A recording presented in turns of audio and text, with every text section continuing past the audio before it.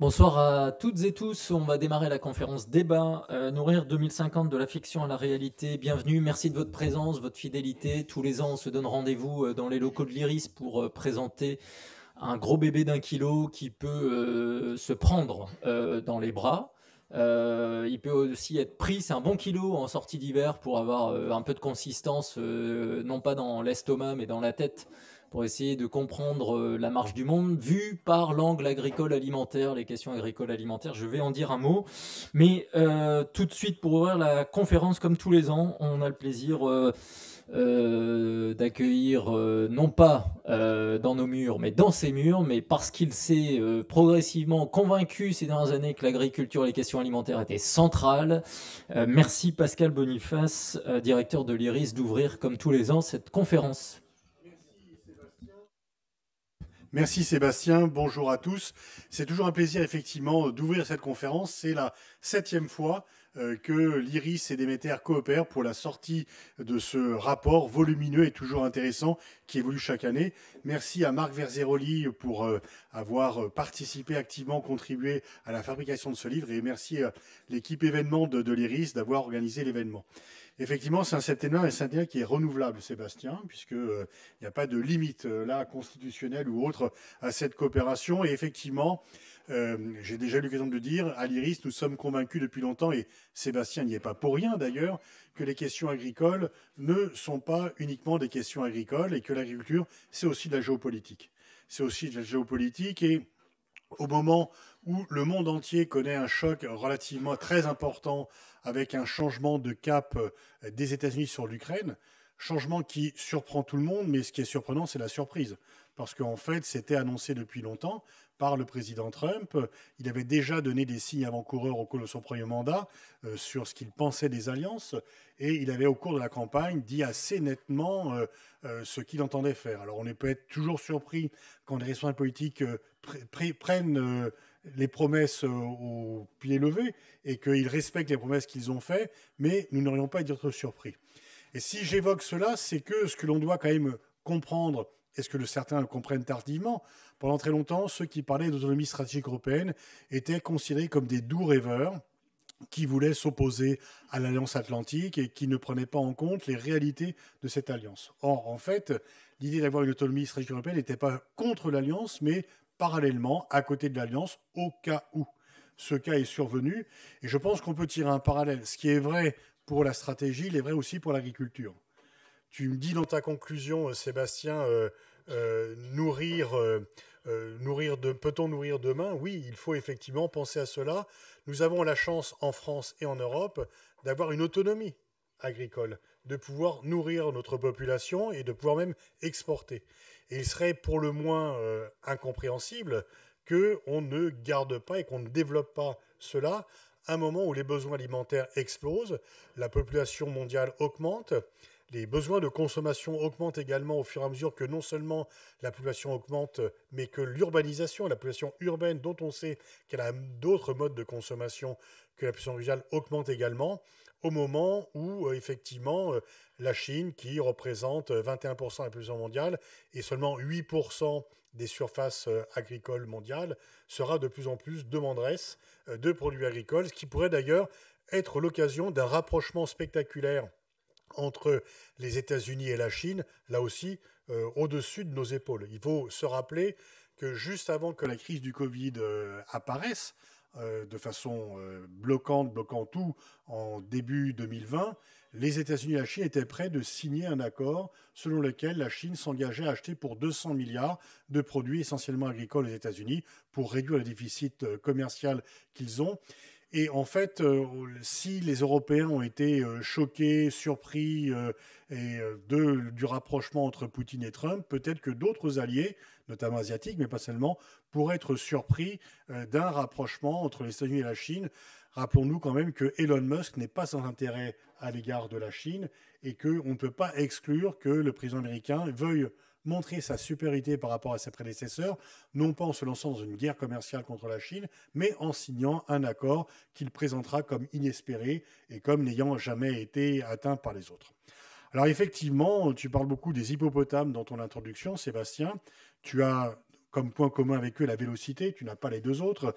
Il faut voir quand même que dans ce monde, l'Europe ne doit jouer ni l'autruche, ni être purement herbivore, et que c'est pas un gros mot que de parler d'intérêt, que c'est pas un gros mot que de défendre nos intérêts, parce que les autres le font. Et que, de même que certains ont été surpris de la rapidité des évolutions qu'ils auraient dû anticiper, eh bien, il faut que par rapport aux questions géopolitiques agricoles, on anticipe aussi les évolutions. Et Déméter travaille à l'horizon 2050, c'est l'objet de ce rapport. Et effectivement, tu es depuis longtemps un lanceur d'alerte sur la nécessité de maintenir une souveraineté alimentaire, une souveraineté agricole. Madame von der Leyen a dit que puisque l'Ukraine ne peut pas rentrer dans l'OTAN, il faudrait qu'elle rentre dans l'Union européenne. Mais ce n'est pas du tout la même chose, et c'est aller un peu vite en besogne, et c'est surtout ne pas prendre en considération le choc économique, stratégique que cela représenterait. Donc je pense aussi que par rapport à tous ces enjeux, eh bien, il faut avoir une approche non pas émotionnelle, mais rationnelle de nos intérêts. Bien sûr, la commisération, l'attrait porté aux autres compte, mais une fois encore, je ne vois pas pourquoi les pays de l'Union européenne seraient les seuls à ne pas défendre leurs intérêts et pourquoi la France ne le ferait pas au milieu de l'Europe. On s'est fixé comme objectif la construction européenne, l'intérêt européen, en pensant que l'Europe était un multiplicateur de puissance, mais nous n'avons pas à renoncer à des choses fondamentales au nom d'une solidarité européenne que nous serions les seuls à respecter et qui serait moins respectée par d'autres, et notamment par rapport à notre partenaire allemand qui sait faire valoir ses intérêts nationaux quand ils le font.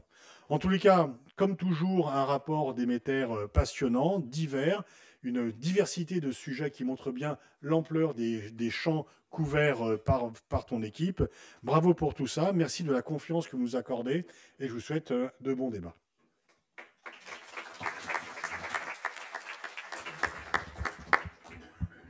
Merci Pascal merci aussi d'avoir remis très vite le sujet de la marche du monde et de sa lisibilité. En fait, au Club Déméter, on fait beaucoup de prospective et il y a une des questions qui nous obsède en ce moment, c'est est-ce que la prospective est en train de devenir aveugle parce que c'est de plus en plus compliqué de faire des projections à long terme et surtout d'imaginer des ruptures, des surprises, d'autant que nous, Européens, on a du mal avec les surprises et on aimerait beaucoup de linéarité dans ce qui va se passer dans les prochaines années. C'est pour ça que ce rapport, cette année, l'édition 2025 du Déméter, s'appelle « Nourrir 2050 de la fiction à la réalité ». Si on avait eu un peu d'autorisation de la part de l'éditeur, donc de l'IRIS, peut-être qu'on aurait forcé le trait sur le nombre de signes sur la couverture pour être un peu plus clair sur le message, c'est-à-dire de la fiction alimentaire à la réalité agricole. On a beaucoup d'enjeux à l'horizon 2050 sur le plan alimentaire qui heurtent de plus en plus des réalités géographiques, des réalités géopolitiques, des réalités climatiques qui font que produire dans le monde de demain, ça va être tout sauf simple. Et dans ce contexte, il est vrai que les exercices de prospective sont de plus en plus contrariants pour ceux qui s'y emploient. Et en même temps, nous sommes convaincus, et ça a été l'objectif du comité de rédaction et de l'ensemble des auteurs mobilisés sur cette édition, c'est toujours à peu près 100 personnes, hein, le Déméter. C'est 1 kilo, mais c'est 100 personnes. Vous voyez, c'est assez léger finalement, comme produit pour autant de personnes mobilisées. Et en fait, l'idée, c'est de dire aussi 2050, c'est demain. 2050, c'est demain. On a un peu l'impression, quand on parle de 2050, qu'on parle du futur, mais on va vite y arriver. On a beaucoup de souvenirs dans la tête qui sont a priori proches de nos mémoires, mais qui sont plus anciens que 25 ans. Et donc, de temps en temps, 2050, il faut le regarder comme un rendez-vous sur lequel il faut préparer d'ores et déjà, et notamment quand on parle des questions agricoles et alimentaires. Ce que je voudrais, pour lancer le débat avant de présenter les invités, de plonger sur des sujets spécifiques, je voudrais simplement rappeler des choses très simples. Parce qu'un ami économiste m'a provoqué il y a une semaine autour d'une règle de 3 en économie, et ça m'a donné l'idée de vous rappeler ce soir une règle de 3. La règle de 3, c'est d'abord se souvenir que nous avons 3 milliards d'habitants en plus depuis 40 ans sur la planète, et que comme tout le monde dans cette salle, tous ceux qui ont débarqué à la table alimentaire mondiale ont voulu manger du premier au dernier jour de leur vie. 3 milliards, c'est aussi le nombre d'habitants qu'on va gagner encore d'ici la fin de la décennie 2070. Oui, le monde va se dépeupler à la fin de ce siècle. Certains d'entre nous allons connaître peut-être cette partie historique, mais nous avons globalement encore de l'ascension démographique devant nous. Donc des besoins alimentaires qui continuent d'augmenter parce que personne n'est à l'aise avec un scénario de devoir toujours manger moins. Et c'est là où il faut remettre le 3 milliards de personnes aujourd'hui dans le monde sur les 8 pour qui l'insécurité alimentaire est le premier sujet de préoccupation. Il y a en gros près d'1 milliard de personnes qui sont dans l'insécurité alimentaire sévère, des problématiques de faim.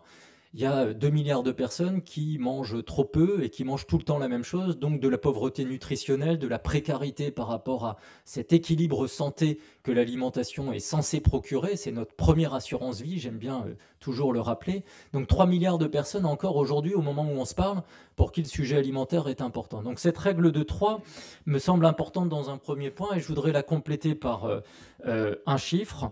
Il faut gardez en tête qu'en 2050, 3 milliards d'habitants vivront dans des pays désertiques, avec du stress hydrique sévère, du stress foncier radical et un climat qui risque de rendre très complexe l'équation agricole, d'où l'obsession de miser parfois sur des technosolutions et sur la science pour essayer de contrer cette adversité climatique dans lesquelles ils sont déjà embarqué et qui va se durcir en 2050.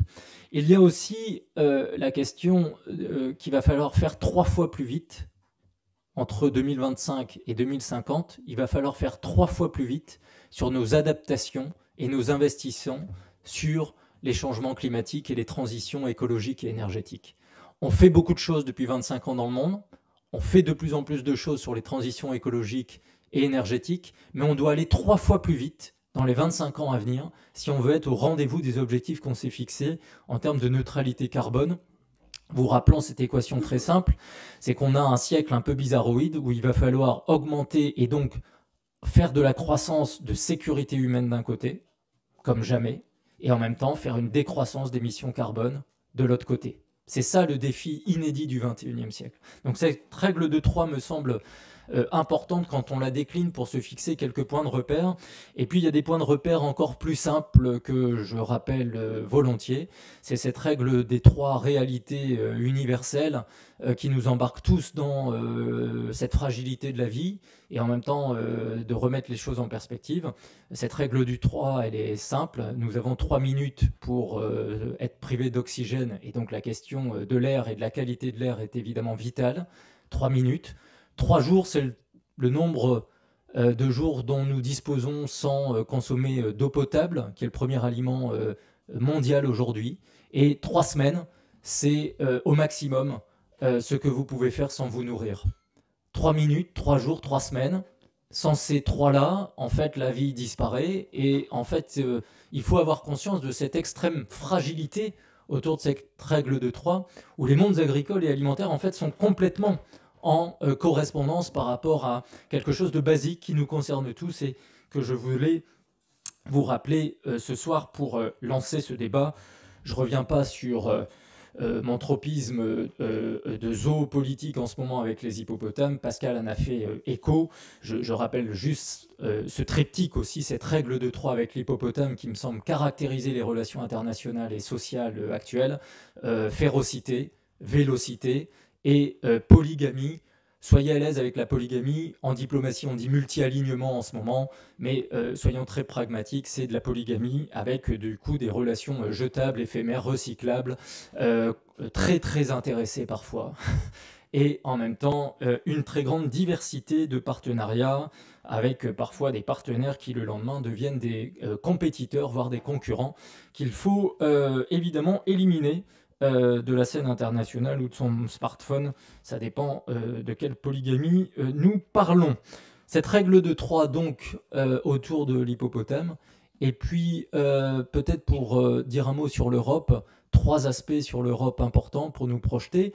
D'abord, dans 3 ans, nouveau cadre financier européen, avec comme première dépense à partir de 2028 le remboursement du plan de relance européen, donc la dette, qui sera le premier poste budgétaire européen. Et donc, équation avec éventuellement plus de dépenses sur la sécurité, qui vont donc percuter la question de la politique agricole commune, qui est la première dépense aujourd'hui du budget européen. Et sauf erreur de ma part, personne en ce moment veut payer davantage au pot européen sur le plan budgétaire.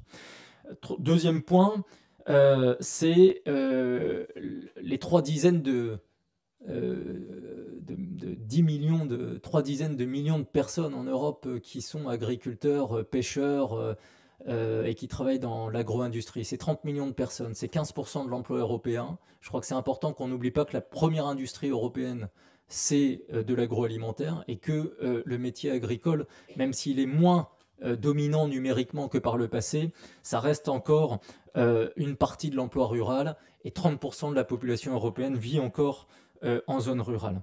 30% pour finir, c'est aussi le nombre d'habitants en 2050 en Europe qui auront plus de 65 ans. Et donc le grand défi de l'Europe, c'est de savoir en 2050 combien il faut être sur le continent pour continuer à produire et continuer à exister, sachant que ce vieillissement démographique est un phénomène mondial que l'Europe va connaître massivement et qui interpelle beaucoup sur comment produire demain, qui va travailler, sur quoi on doit travailler et quelles compétences et quels métiers aussi on doit proposer pour les jeunes générations. Voilà quelques éléments de cadrage pour lancer ce débat. Ce sont des sujets que vous retrouvez dans le Déméter cette année et c'est pour ça que je ne m'y attarde pas davantage. Nous avons souhaité, comme tous les ans, donner la parole à des auteurs, mais aussi des gens qui n'ont pas écrit dans le Déméter et qui, à travers leur activité, peuvent venir un peu nous bousculer, nous dire peut-être que les questions agricoles alimentaires, c'est bien sympathique, mais il n'y a pas que ça pour regarder l'actualité mondiale, et notamment des gens qui essayent de cartographier les futurs possibles du monde. Et donc on a l'honneur ce soir de recevoir Virginie Tourné, qui est directrice de recherche au CNRS. Merci Virginie d'avoir accepté notre proposition, de nous dire en 10 minutes, vous qui avez été membre de la Red Team, donc vous avez quand même essayé de regarder ce qui demain pourrait faire bouger un peu l'état du monde. Finalement, dans vos constructions de scénarios prospectifs et un peu impertinents pour ceux qui ont lu vos travaux, comment vous faites le lien aussi avec ces questions agricoles alimentaires? Merci Virginie.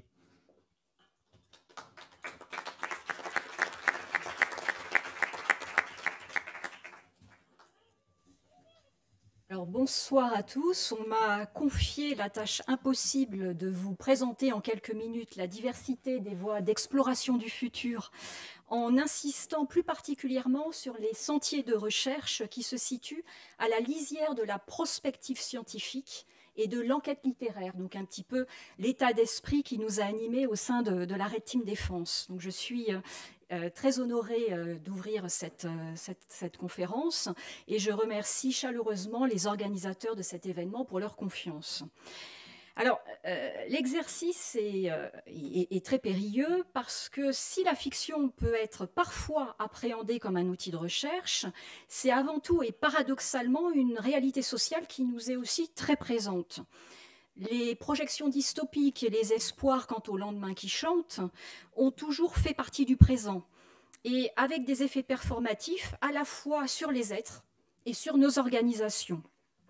Donc cela doit aussi peut-être nous inciter à saisir les récits du futur comme un mode de civilité et à accepter que pour mieux penser, il est peut-être urgent de faire rêver. Donc là, je commence avec une petite note joyeuse, parce qu'après, ça va être un petit peu plus compliqué. Mais en creux, le message envoyé à nous, chercheurs, c'est que pour convaincre, la vérité ne peut suffire. Alors cette formule que j'emprunte à Isaac Asimov, qui fut à la fois scientifique et auteur de science-fiction, résume bien le fait que l'imagination est consubstantielle à toute vie organisée en société. Si je me vaccine, si j'ai envie de me vacciner, c'est pas parce que j'ai un bac+7 en immunologie. C'est tout simplement parce que j'adhère au fait que le vaccin, pour moi, c'est un principe civique d'immunité collective. Donc, l'imagination, ça peut être un outil de recherche, mais c'est aussi un terrain. Et on est dedans, et c'est essentiel à la vie en société. Donc c'est pourquoi, à côté de cette faculté des récits du futur à capter les attentions collectives, et donc de leur importance qui est de nature politique, la fiction constitue un excellent outil d'exploration du réel et je dirais plus encore d'exploration des complexités polygamiques, le mot a l'air d'être à la mode, du réel. Donc comment aujourd'hui ne pas évoquer dans cette rencontre dédiée à l'agriculture et à l'alimentation ce grand classique, la fable des abeilles, avec pour sous-titre « Les vices privés font le bien public ». Dans cette expérience de pensée, le médecin et philosophe Bernard Mandeville a voulu montrer que l'égoïsme des individus au sein d'une ruche apporte beaucoup plus de prospérité globale que les comportements honnêtes. Alors, si on veut rester au cœur de notre actualité, on peut se demander jusqu'où ce fameux apologue, que l'on retrouve dans les courants techno-libertariens, est-il tenable? Alors, je vais me faire un petit peu l'avocat du diable. On peut être individuellement, idéologiquement opposé à l'ultralibéralisme. Mais si, imaginons, on est dans une expérience de pensée, on vous annonce que vous avez un cancer. Et les géants du numérique, peu importe lequel, vous proposent de vous greffer une puce qui va vous permettre de recevoir un traitement sur mesure, adapté à vos paramètres biologiques. Est-ce que vous seriez en mesure de résister longtemps à une telle offre? Est-ce qu'il faut que l'État-providence soit matériellement embarqué dans chaque citoyen pour qu'il se sente en sécurité? Donc, ce que je veux dire par là, c'est que la fiction nous montre qu'à partir du moment où l'intimité corporelle est transgressée, ce sont les valeurs politiques et les principes de cohésion sociale qui sont eux-mêmes éprouvés. C'est donc dans sa capacité à saisir la réalité des sens, dans sa capacité à faire parler les corps biologiques, que réside l'intérêt de la fiction. Donc on peut dire qu'elle est d'une certaine façon une histoire contrariée des principes moraux par les corps. Mais elle n'a en revanche pas le souci du vrai. Elle n'est pas réfutable comme peut l'être un énoncé scientifique. La fiction n'a pas à démontrer l'existence des aliens ou de la bonté humaine. Ce n'est absolument pas son propos et c'est peut-être d'ailleurs ce qui la rend parfois assez attractive. Donc évidemment, la conséquence, c'est que de telles expériences de pensée sont très inconfortables pour nous chercheurs. Le regard dystopique, je dirais, se situe à l'inverse de celui de la transitologie, de ce champ d'études qui est aujourd'hui bien consolidé et qui porte surtout attention au processus qui amène les régimes autoritaires vers la démocratie.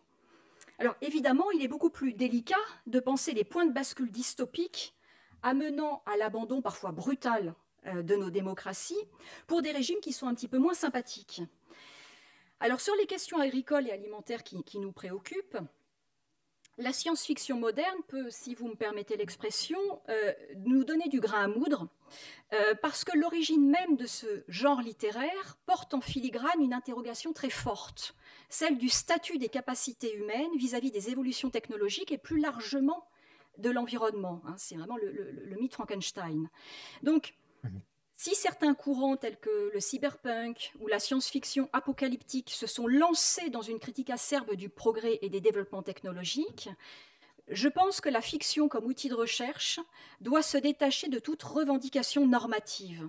C'est un outil, c'est une simple drosophile de laboratoire de nos sociétés, et sa force réside dans sa capacité à projeter des mondes qui sont totalement différents du nôtre en termes d'organisation du pouvoir et de culture matérielle avec toute une discipline de questionnement.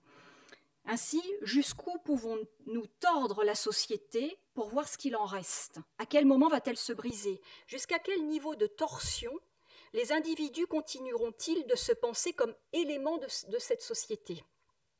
Donc la fiction, en tant que fable dystopique, et non pas la fiction militante, peut accompagner les travaux de sciences sociales, dont certains par ailleurs ont eu un fort impact en raison même de leur tonalité dystopique.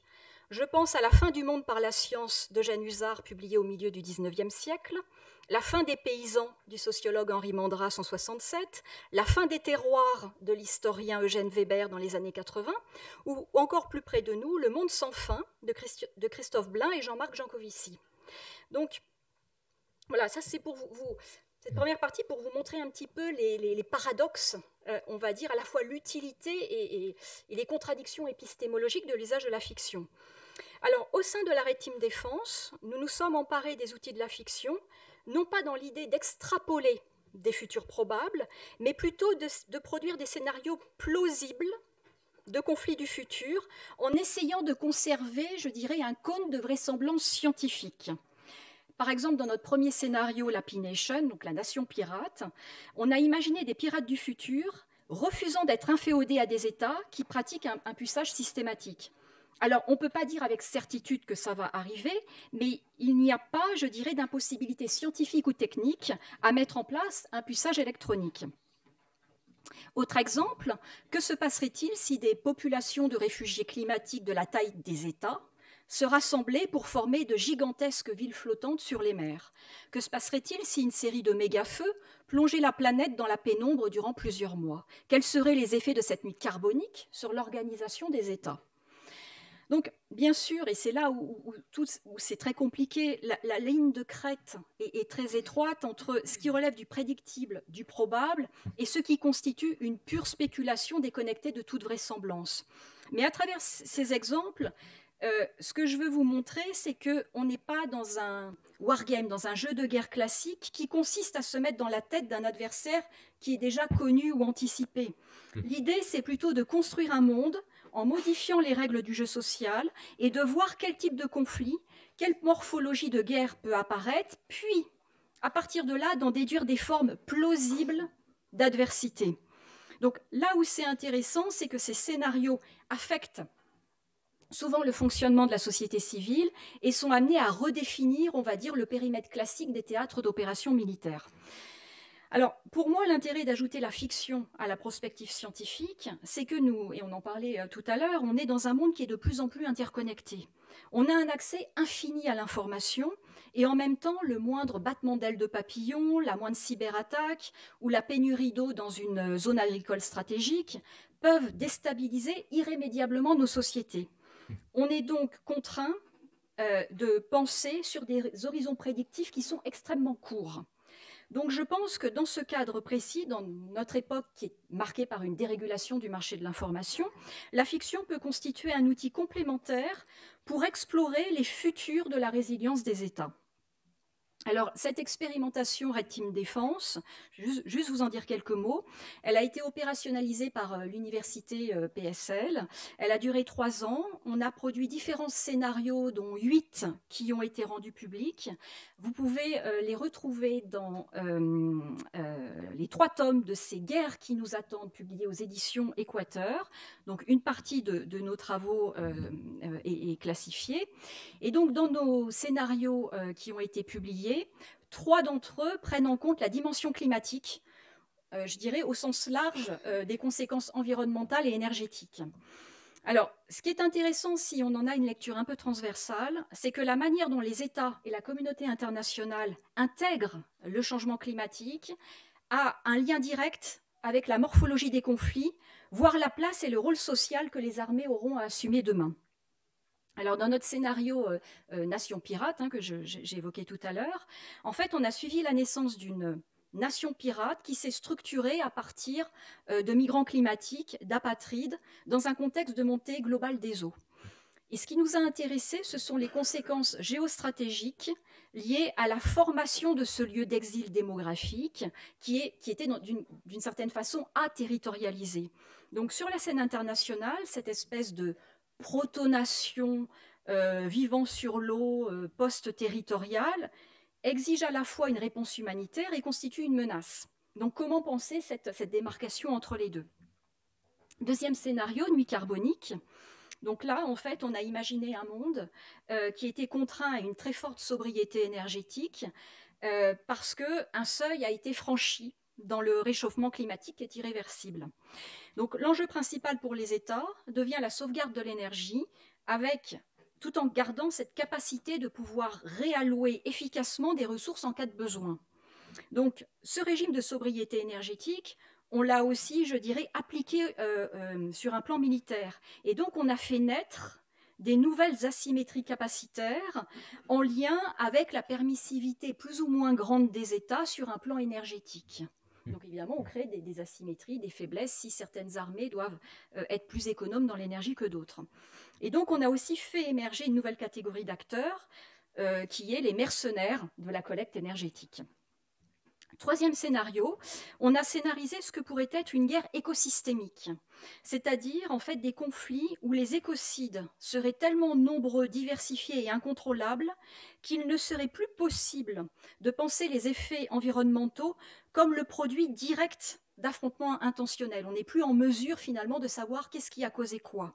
Donc là, on tombe dans quelque chose de très particulier qui est une logique de guerre sans cause. Et dans ce système-là, en fait, les systèmes étatiques deviennent de moins en moins résilients et on est dans une guerre qui est sans affrontement de volonté où la dialectique de l'adversaire disparaît.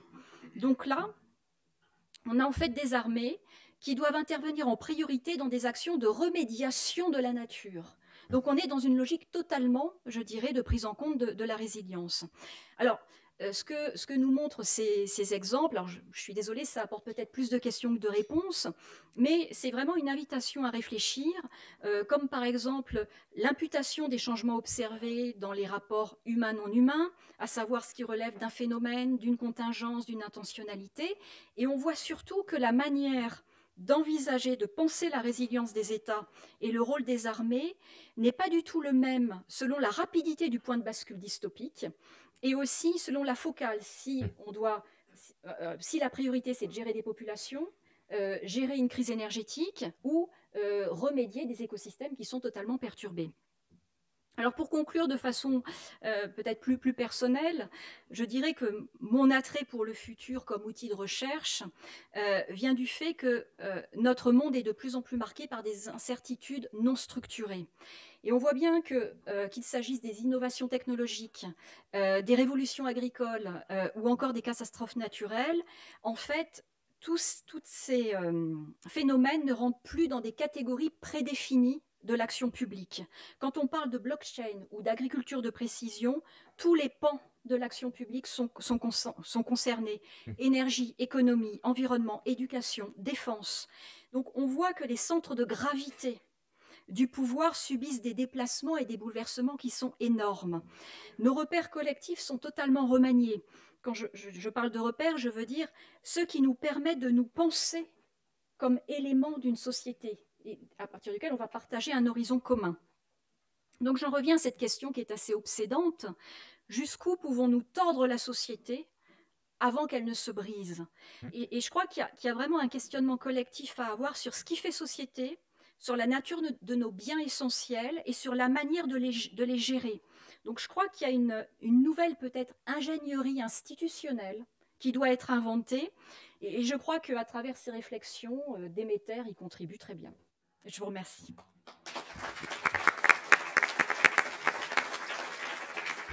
Merci Virginie. C'était important pour nous qu'on ait l'expérience de quelqu'un de la Red Team qui nous invite justement à prendre conscience. Je retiens une formule quand même non négligeable avec ce qui se passe par les temps qui courent. La vérité ne peut suffire. Et ça nous impose de repenser des choses. On tenait vraiment à cela pour aussi une raison, c'est que dans cette édition, cette année, on est plus prospective que jamais. On a fait un peu un toboggan temporel, c'est-à-dire qu'on a demandé à tous les auteurs de se situer à 2050 et de redescendre vers 2025 en esquissant des futurs possibles et d'imaginer de manière aussi fictionnelle des choses autour du sujet qu'on leur avait demandé de traiter. On a un comité de rédaction extrêmement hétérogène, hétéroclite, personne n'est d'accord, ça bataille, mais c'est les batailles des idées, c'est les batailles de pensée, donc ça c'est les batailles saines. À un moment donné, il faut arrêter des sujets. Donc on arrête des sujets, on a des sommaires qui se mettent en place, et on a une table ronde avec 3 auteurs du rapport que je vais vous présenter. Mais je présente d'abord Odile Karoff, à ma droite. Odile est agricultrice, et Odile, elle n'a pas été embarquée dans le Déméter. Mais Odile, on lui a dit...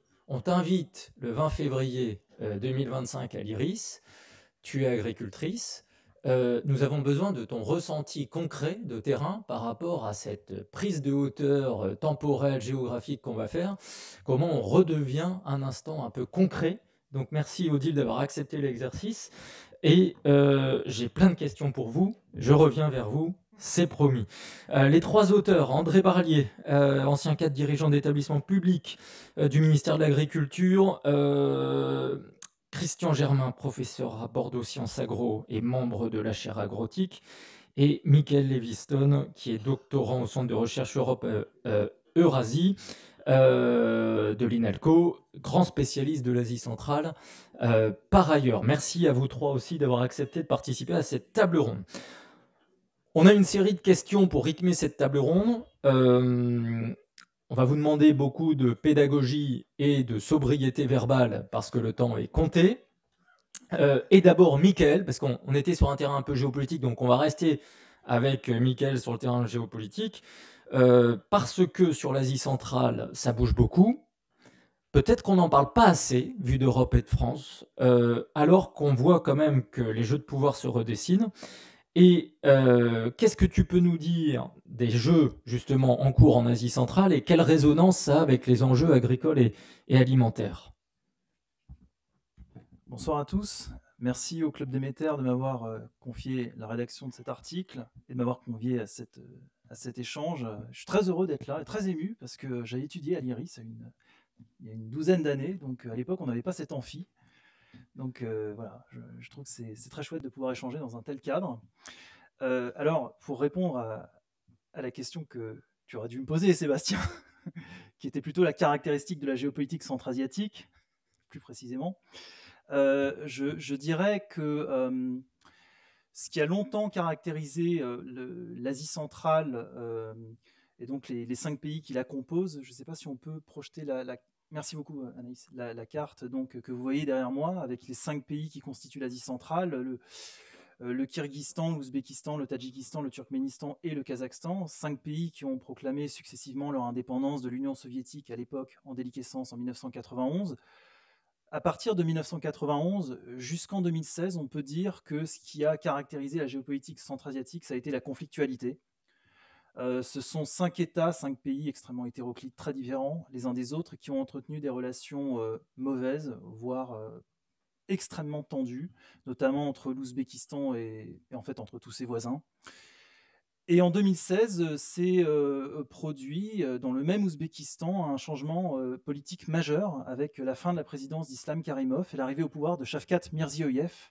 Et sous l'impulsion de ce nouveau président à Tachkent, s'est opéré un adoucissement, un apaisement des tensions interétatiques centra-asiatiques et une volonté de concorde, de dialogue, de mettre en œuvre un véritable esprit de bon voisinage qui s'est concrétisé dès mars 2018 avec l'établissement des réunions consultatives des chefs d'État d'Asie centrale dont je parle dans l'article.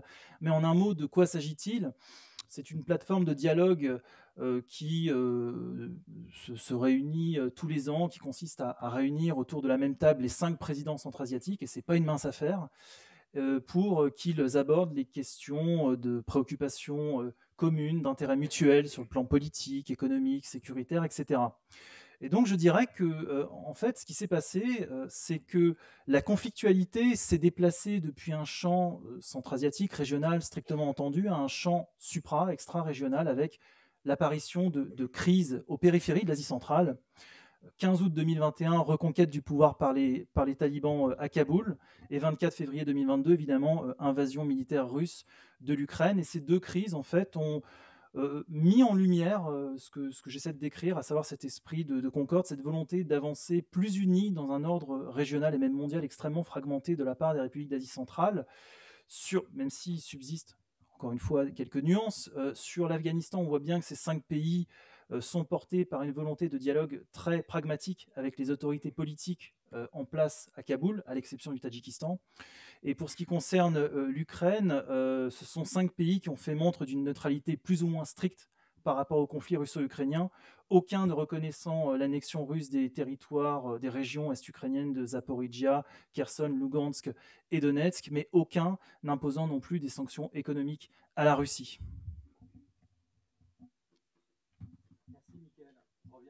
Je reviendrai vers toi sur les dimensions agricoles, alimentaires, spécifiquement derrière et les ressources, mais merci de nous avoir un peu dit qu'il y avait de l'apaisement dans cette zone et du coup aussi des choses à regarder, y compris en termes de marché. Et du coup, André, je me tourne vers toi.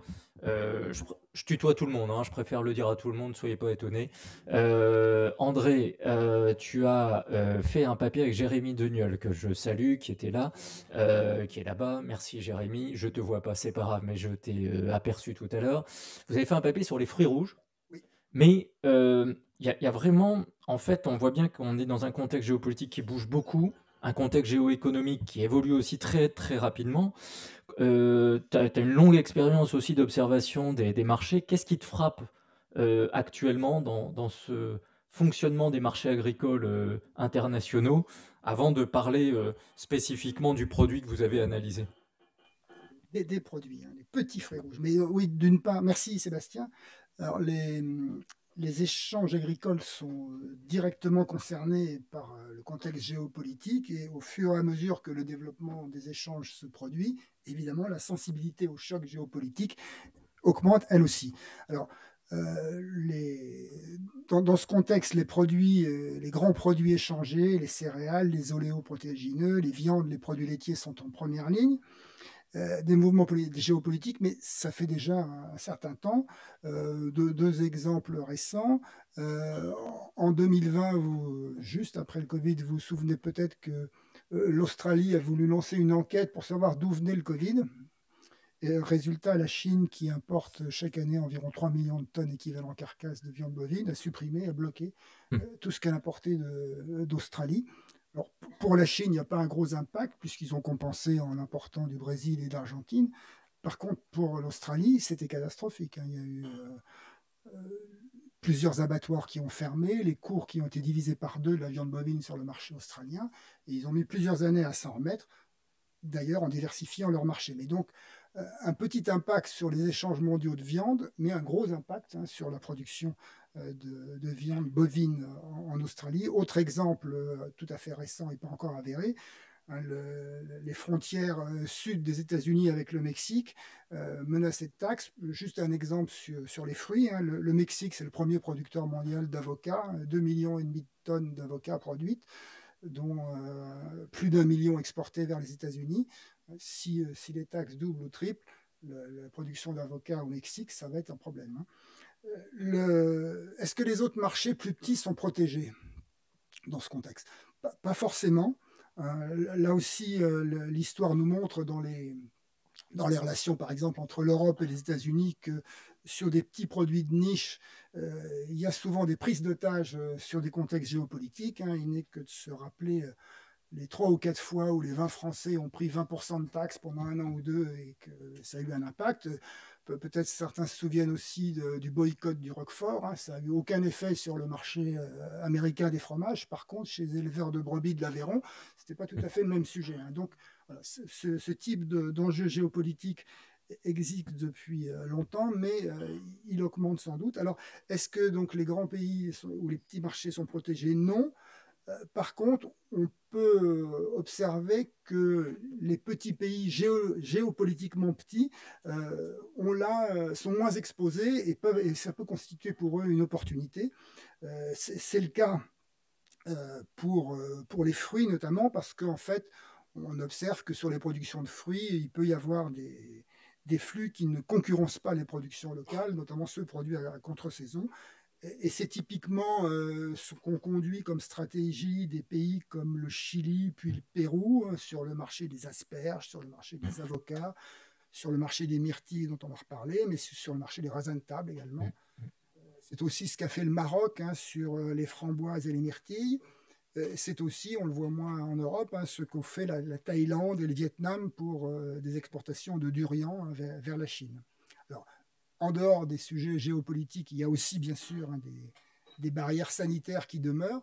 Et pour reprendre mon exemple des durians, hein, en 2024, la Chine a bloqué, hein, les importations de durian en provenance de Thaïlande et du Vietnam pour une raison sanitaire, détection d'un colorant qui était interdit chez eux. Mais l'impact, hein, sur la Thaïlande, c'est équivalent à ce qui s'est passé en Australie sur la viande, hein. Le prix du durian a été divisé par 2. Plusieurs opérateurs ont fait faillite et les producteurs ont lâché les surfaces sont durians. Et les durians, pour vous donner l'ordre de grandeur, c'est plus de 800 000 tonnes exportées de la Thaïlande vers la Chine, et pour le Vietnam, c'est 500 000 tonnes. Donc la Thaïlande a à peu près rétabli des contrôles qui satisfont les Chinois, les Vietnamiens pas encore. Donc voilà, en quelques mots, le fait que, en effet, les sujets agricoles sont très impactés par la géopolitique, même s'il y a d'autres sujets comme les sujets sanitaires. Merci André, et je reviens vers toi, vers les fruits rouges, pour parler d'un produit bleu, des myrtilles.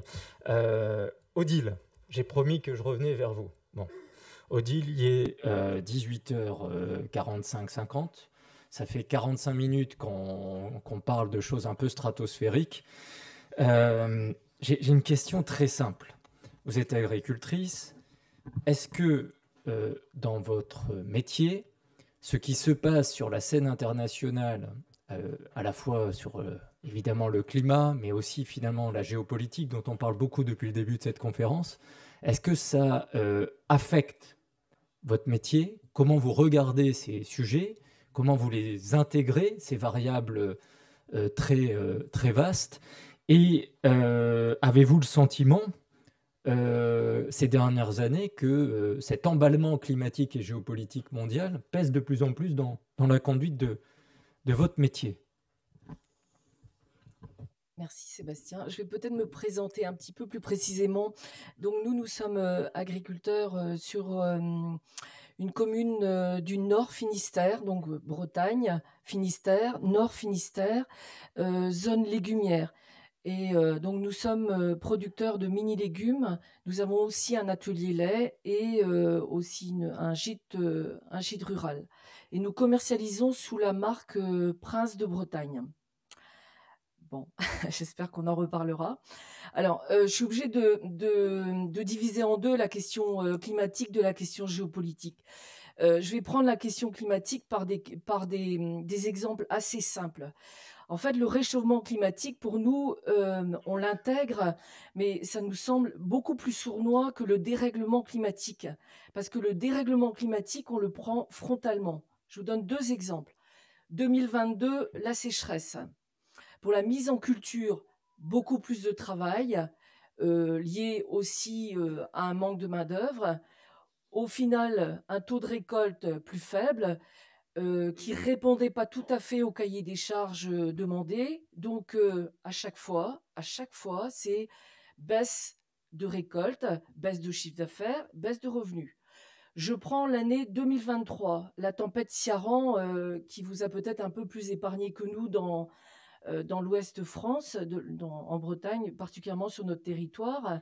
Vent violent, excès d'eau, nos choux-fleurs donc déchaussés, c'est-à-dire les racines à l'air. Et donc, baisse de rendement, baisse de chiffre d'affaires, baisse de revenus. Alors, ce qui se passe au bout du bout, c'est que tous ces événements-là rendent le marché fébrile. Le marché, vraiment le marché du légume est fébrile et forcément ça impacte nos revenus. Alors une fois qu'on a dit ça, puisque vous posiez Sébastien la question de l'anticipation, eh ben, au titre de chacun dans nos exploitations, on essaye de travailler sur l'agronomie, sur les techniques de travail pour essayer de faire au mieux avec ces éléments-là. Mais de là où je suis aujourd'hui, pour moi, la seule réponse, c'est la recherche. Et nous avons la chance sur notre territoire d'être organisés en filière. Et nous avons de la recherche donc semencière, nous avons la biotechnologie végétale, nous avons une ferme expérimentale, nous avons des essais de variétés menés en plein champ qui sont vérifiés par des organismes tels la Chambre d'agriculture. Donc, ce que je veux dire par là, c'est que le dérèglement climatique, c'est subi, c'est violent, c'est pas anticipé. Et nous, aujourd'hui, la seule réponse que l'on peut avoir collectivement, c'est par la recherche. Mais il nous faut du temps. Et voilà. Donc, voilà pour la question climatique. Pour la question géopolitique, on se dit, mais quand même, des petits paysans, là, dans le Nord Finistère, qu'est-ce qu'ils ont à voir, eux, avec l'Ukraine et tout ce qu'on vient d'entendre et qu'on va entendre encore d'ici la fin de la soirée. Je vais simplement vous donner un exemple qui m'a quand même bien secoué. En 2014, la Russie décide d'un embargo suite à l'Occident, je ne sais pas si vous vous rappelez, on avait pris des positions par rapport à l'annexion de la Crimée. Et nous, en mini-légumes, on propose au marché ce qu'on appelle du vin tête litté. C'est des petites têtes de chou-fleur qui font 8 cm, qu'on présente en colis, vous savez, comme les pommes littées. Et on avait un gros faiseur, un bel acheteur à Saint-Pétersbourg qui, du jour au lendemain, a arrêté tous les achats. Ce qui fait que nous, on s'est retrouvés avec ces fameux 20 têtes, des quantités importantes. Et ben, devinez où ils sont, ces 20 têtes. Et ben, ils sont restés au champ. Donc, je peux reprendre la même phrase, si vous voulez, baisse de chiffre d'affaires, baisse de revenus, et voilà. Et qui plus est, à l'époque, comme nous sommes producteurs de lait, ça correspondait aussi à l'arrêt des quotas. L'arrêt des quotas, ça a libéré le marché du lait, donc c'est arrivé en volume sur le marché européen, une baisse des prix du litre de lait, plus de filets concurrentiels. Donc voilà, je ne vais pas encore vous donner la même réponse, parce qu'elle est la même. Et je peux rajouter le Brexit, et si vous voulez, je peux en rajouter d'autres encore après. Mais comme on n'a que 3 minutes, je vais simplement dire en conclusion de cette partie-là, c'est que le climat, la politique, même si vous êtes petit quelque part dans un bout de la Bretagne, ça s'invite chez vous. Alors je ne sais pas si le mot géoclimatique existe, sans doute que si. En tout cas, s'il n'existe pas tout à fait, moi, de là où j'habite, on le ressent comme ça. Merci Odile. 2 exemples très concrets de l'impact de ce qui se passe en matière écologique, climatique, environnementale, mais aussi géoéconomique et géopolitique, illustrés. Merci de ce témoignage. Christian Germain, vous avez fait un papier et un échange avec un producteur dans le Déméter 2025 autour de l'intelligence artificielle. Avec une question, c'est-à-dire est-ce qu'il y a choc ou alchimie entre le bon sens paysan et l'intelligence artificielle? On a eu un sommet très récemment à Paris sur l'intelligence artificielle. Plusieurs prises de parole, notamment de dirigeants étrangers, ont insisté sur le fait que l'intelligence artificielle apportait des solutions dans 2 grands domaines, la santé et les questions agricoles et alimentaires. Donc ma question est très simple, surtout avec ce qu'on vient d'entendre sur l'importance de la recherche. En quoi l'IA, dont on parle beaucoup, de plus en plus, en quoi elle est déjà utilisée en agriculture, qu'est-ce que ça peut apporter d'ici 2050 et en quoi ça peut répondre à des défis dont on vient de parler? Alors, merci, oui, pour cette question. Alors, elle n'est pas si simple que ça, mais je vais essayer de la traiter rapidement. Oui, pour comprendre ce qui peut arriver en agriculture et les perspectives qu'il peut y avoir à moyen ou long terme en agriculture avec l'intelligence artificielle, il faut comprendre effectivement d'abord ce qui se passe aujourd'hui.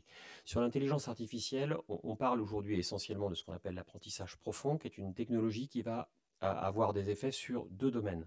Le premier domaine, c'est la perception, le fait de pouvoir analyser des images, des scènes et d'utiliser des caméras pour observer la nature, et notamment les productions agricoles, et donc pour observer les animaux, suivre leur état de santé, suivre des plantes, détecter les mauvaises herbes, détecter la maturité, détecter les maladies, détecter du rendement, pour essayer de cultiver mieux. Et éventuellement aussi pour automatiser les tâches agricoles et pour aller jusqu'à la robotisation. Et donc l'intelligence artificielle, dans son volet perceptif, est très proche évidemment de la robotisation. Et puis l'autre aspect, c'est celui dont on parle le plus en général dans les médias et celui auquel peut-être vous avez été le plus confronté si vous avez regardé ça d'un peu plus près, c'est ce qu'on appelle l'intelligence artificielle générative. Et cette intelligence artificielle générative, c'est ChatGPT pour faire simple. Hein, voilà. On pose des questions et puis on a un système qui nous répond de façon conversationnelle. Et donc là, derrière, il y a des gains de productivité sur des tâches bureautiques, mais ça, c'est pas trop notre sujet. Et puis sur des tâches intellectuelles, ça, c'est peut-être un petit peu plus le nôtre. Et ça veut dire que là, on va avoir probablement une évolution et une révolution du conseil agricole. Et de ce point de vue-là, ça veut dire qu'on a la possibilité, soit pour un agriculteur bientôt, parce que ces outils sont en train de se développer, de pouvoir poser des questions techniques pour l'aider dans sa production, comme il le ferait aujourd'hui auprès d'un technicien ou d'un conseiller agricole. Et puis pour les conseillers agricoles, c'est aussi de faire des gains de productivité sur des tâches de production de conseils. Par exemple, dans les chambres d'agriculture et dans d'autres services, on fait des documents comme les bulletins de santé végétaux, et donc sur lesquels on va utiliser l'intelligence artificielle pour produire ce bulletin de façon quasi automatisée, et simplement l'opérateur derrière va se contenter de le synthétiser et de le vérifier. On pourrait projeter ça aussi pour des analyses réglementaires ou techniques. Alors, si on projette ça à long terme, qu'est-ce que ça donne? Alors moi, j'ai beaucoup aimé l'exposé de Virginie parce que du coup, il m'a détendu un petit peu, parce que faire de la prospective à 25 ans en informatique alors qu'on a des révolutions technologiques tous les 10 ans, c'est pas très confortable. Donc ça relève plus de la science-fiction, et de ce point de vue-là, ça coïncide. Moi, ce que je peux faire peut-être, c'est plutôt essayer de faire deux cas extrêmes. L'intelligence artificielle, elle nous permet d'aller encore plus loin dans le numérique, encore plus loin dans l'utilisation des outils numériques, et ça peut conduire à l'extrême à une agriculture ultra automatisée, ultra robotisée, avec une diminution considérable de la main-d'œuvre nécessaire ou de la main-d'œuvre disponible. Ça peut être aussi vu comme une solution. Et puis l'autre extrême, c'est un rejet complet du numérique, un rejet complet de l'intelligence artificielle pour des raisons de coûts financiers, pour des raisons d'empreinte carbone, parce qu'elle n'est pas neutre, pour des raisons philosophiques, et qui conduit à finalement un abandon complet de cette piste-là. Et entre les deux, c'est peut-être là que je situe le bon sens paysan, qui va essayer de trouver les solutions qui lui conviennent par rapport à une problématique qui peut être d'ordre géopolitique, économique ou agroécologique, pour essayer de trouver une solution qui ira quand même vraisemblablement vers plus d'automatisation. Merci Christian. Du coup, juste Odile, l'IA aujourd'hui, c'est quelque chose que vous regardez avec quelle attente, de la crainte, de l'espérance? Ça va permettre de justement dérisquer sur le plan climatique ou autre chose? La question de l'IA, effectivement, c'est espérance et crainte. Alors, je vais peut-être séparer un peu les deux. Je vais vous dire peut-être pourquoi espérance, pour reprendre un peu ce qui vient d'être dit. Moi, je pense que l'intelligence artificielle va être une réponse au manque crucial de main-d'œuvre. Aujourd'hui, certaines tâches en agriculture et ailleurs, mais bon, je vais parler de l'agriculture chez nous, elles sont répétitives, elles sont pas très très ergonomiques, donc forcément elles sont physiques. Et nous, on peut, du point de vue agricole, on peut voir arriver donc d'un bon œil ces robots qui sont équipés donc d'intelligence artificielle et qui vont effeuiller des plants de tomates et qui finalement remplacent un geste qui est quand même assez dur. Il y a un autre aspect pour lequel je pense que l'intelligence artificielle va peut-être nous aider collectivement. C'est sur la question de l'environnement. Je pense que l'intelligence artificielle va affiner le travail lié à l'environnement. Je vais prendre un exemple. Un robot qui aujourd'hui travaille 24 heures sur 24 parce qu'il est autonome au niveau énergique. Il a son petit panneau solaire qui va bien et qui est capable de différencier la plante à cultiver de l'adventice. J'utilise le mot adventice puisque je crois que le mot mauvaise herbe, c'est plus utilisé aujourd'hui. Pour la culture d'oignons, de carottes, enfin vous les prenez tous, on les a toutes sur nos territoires. Donc ça peut être une réponse, parce qu'au bout du bout, si la culture elle est sarclée, ça veut donc dire qu'on va utiliser moins de phyto. Donc au final, c'est mieux pour la santé de tous autant que nous sommes là aujourd'hui. Donc forcément, nous, ça nous va bien aussi, parce que avant d'être agriculteur, on est aussi mère de famille, parents et puis citoyen. Sur la question de l'IA pour réparer, puisqu'on parlait du robot, chez nous, donc en Bretagne, les premières machines à traire qui sont vendues, ce sont les robots de traite. Et si l'IA peut réparer les petites pannes des robots, je crois que ça nous va bien aussi. Je ne parlerai pas de l'IA dans les bureaux, dans notre partie administrative du métier, où si on peut être soulagé, ce serait pas mal aussi. Bon, ça c'est le côté pile. Mais si on regarde l'IA, on peut quand même pas dire que tout est parfait. Parce que nous sommes sur des petites exploitations dans notre zone légumière nord finistérienne. Et donc, de l'IA, forcément, il y a la question du coût de l'IA et donc la question de la taille critique de l'exploitation. Quelle exploitation va pouvoir se payer la robotisation avec l'intelligence artificielle qui va bien avec. Donc forcément, ce sera des grosses exploitations. Bon, voilà. Donc ça, c'est un des points qui est quand même important. Une autre question, quel va être le retour sur investissement pour les producteurs que nous sommes? C'est la deuxième question qu'on peut se poser. Et puis, il y a eu une autre chose qui est peut-être plus subtile, c'est le rapport que nous allons avoir avec le vivant. Et là, peut-être qu'on arrive dans un point de bascule. Et c'est peut-être l'endroit pour le dire, parce que est-ce que la société va accepter que finalement, on n'est plus tout à fait connectés, nous, agriculteurs, directement au vivant? Je pose la question. Et au bout du bout, ce que je voudrais dire sur ce propos-là, c'est que si l'intelligence artificielle devient une laisse virtuelle mais réelle pour le producteur, et qu'au final elle est aliénante au lieu d'être libérante, je vous laisse la réponse, c'est vous qui faites les prospections, hein, ou la prospective, pas moi. Merci Odile. Je reviens du coup un instant à nouveau avec Christian. Pardon, on va insister un peu sur l'IA parce que ça fait débat entre les avantages, les risques, les prudences à avoir, qui l'utilise, pourquoi. Christian, vous êtes quand même aussi dans une école.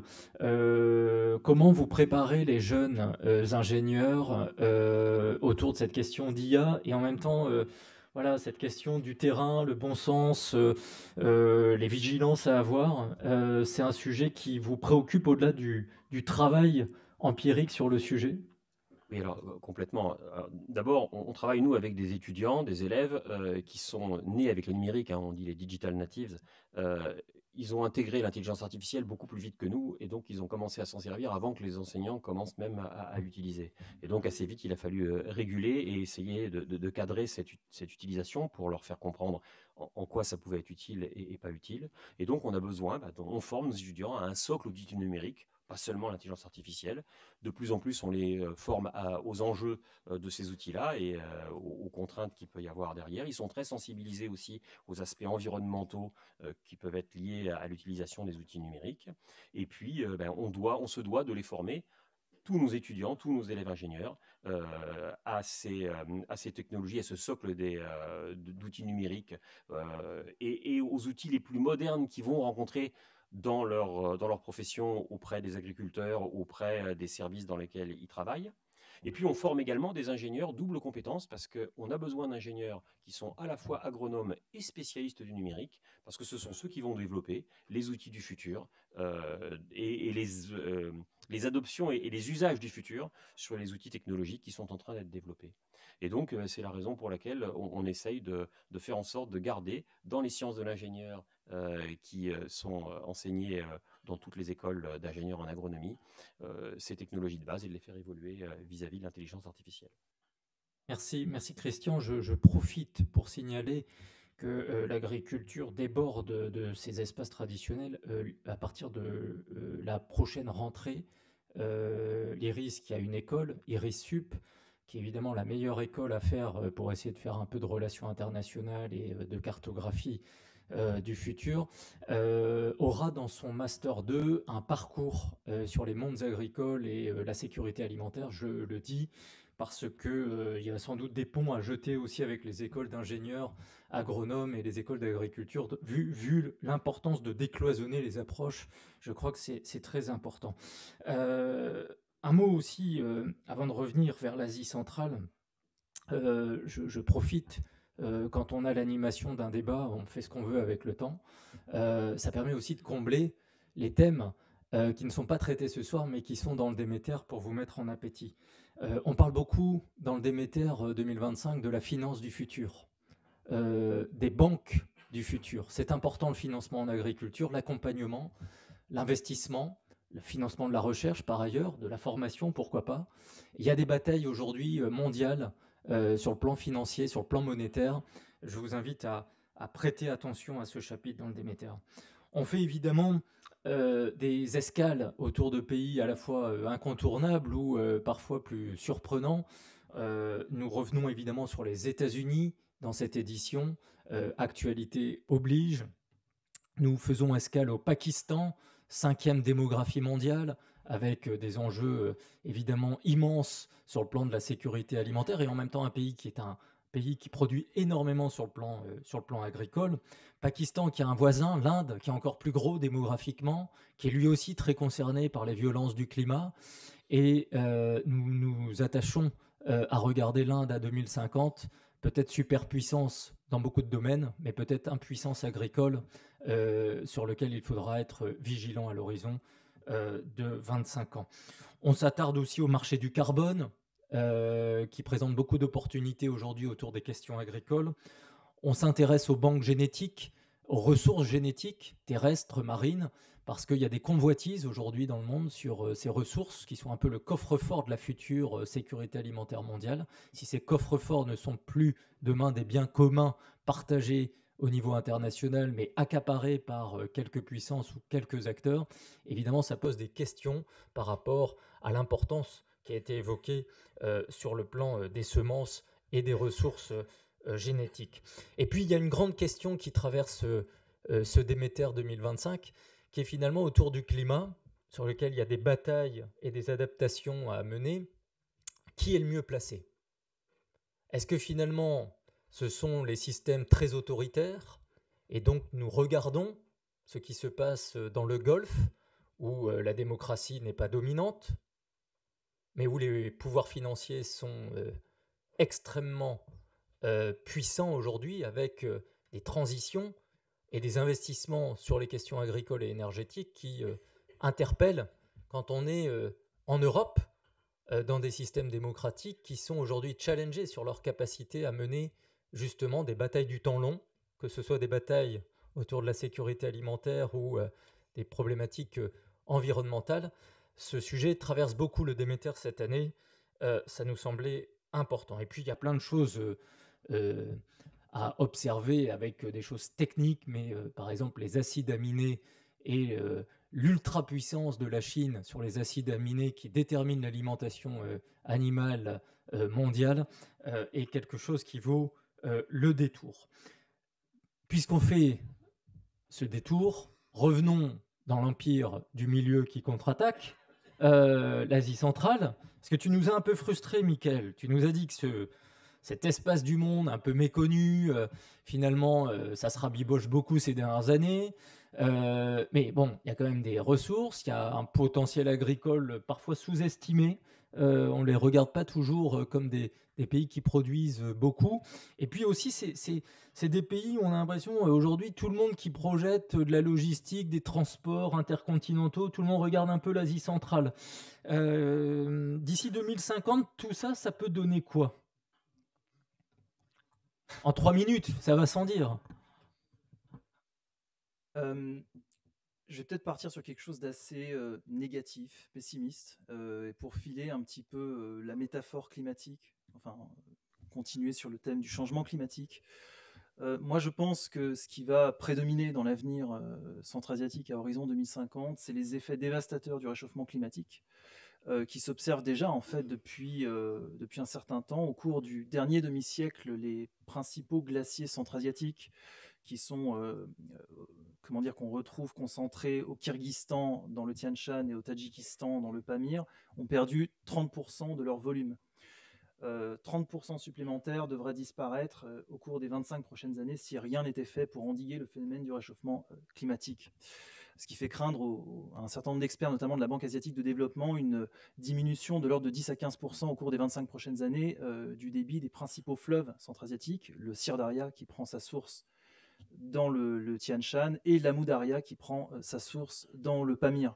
Et donc en fait, tout ça laisse redouter à la fois une raréfaction des ressources disponibles en eau en Asie centrale et aussi une extension des zones arides, désertiques, dans une région qui n'en manque déjà pas, puisqu'il y a plusieurs déserts en Asie centrale, le Moïnkoum dans le sud du Kazakhstan, le Kizilkoum en Ouzbékistan et surtout le terrible Karakoum au Turkménistan. Donc en fait, peut-être pour faire une petite photographie, si on regarde en aval du Sir Daria et de l'Amu Daria, et plus spécifiquement l'Ouzbékistan et le Turkménistan, parce que ce sont, contrairement au Kazakhstan, deux pays qui sont particulièrement tributaires de leurs approvisionnements hydriques en provenance du Kyrgyzstan et du Tadjikistan.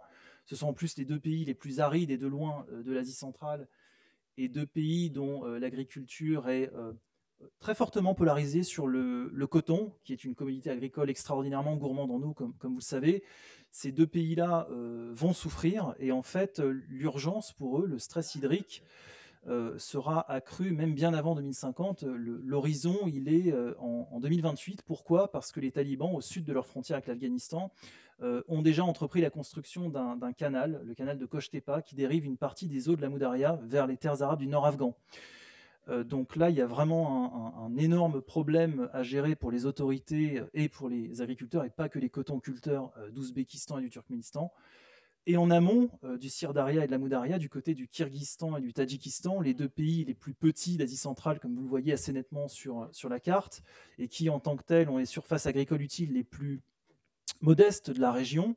Ce sont en plus de deux territoires extrêmement montagneux.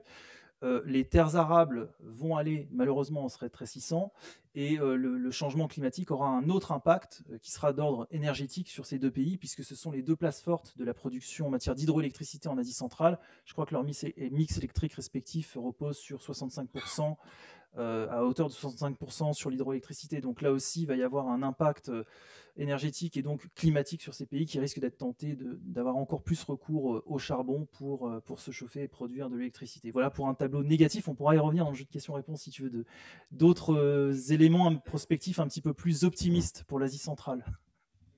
Merci, je reviendrai vers toi une dernière fois sur ça, sur un tableau coup d'après. Je reviens vers André parce que on a aussi dans le Déméter un axe très important sur toutes les questions de santé, de nutrition et de produits alimentaires qui sont appelés autour de ce registre. Et je dois dire que les fruits rouges cochent a priori plusieurs cases. Mais alors, le papier que vous nous avez fait sur les fruits rouges, le business que c'est devenu versus la consommation qui a explosé en Europe et en France, plus une variété de produits à l'écran, si je comprends bien, mais la myrtille, s'il ne fallait en retenir qu'une. Dis-nous tout, André. Dis-nous tout. L'horizon bleu myrtille, hein, voilà, pour les productions agricoles. Donc, je vais essayer de répondre en termes d'enjeux sociaux, environnementaux et politiques en partant de la demande et en remontant vers l'offre. Alors, du côté de la demande que tu as très rapidement brossé, il va d'abord intervenir des enjeux sociaux, hein, donc on peut anticiper, c'est ce qu'on fait dans le papier, une expansion assez durable de la demande mondiale de petits fruits rouges.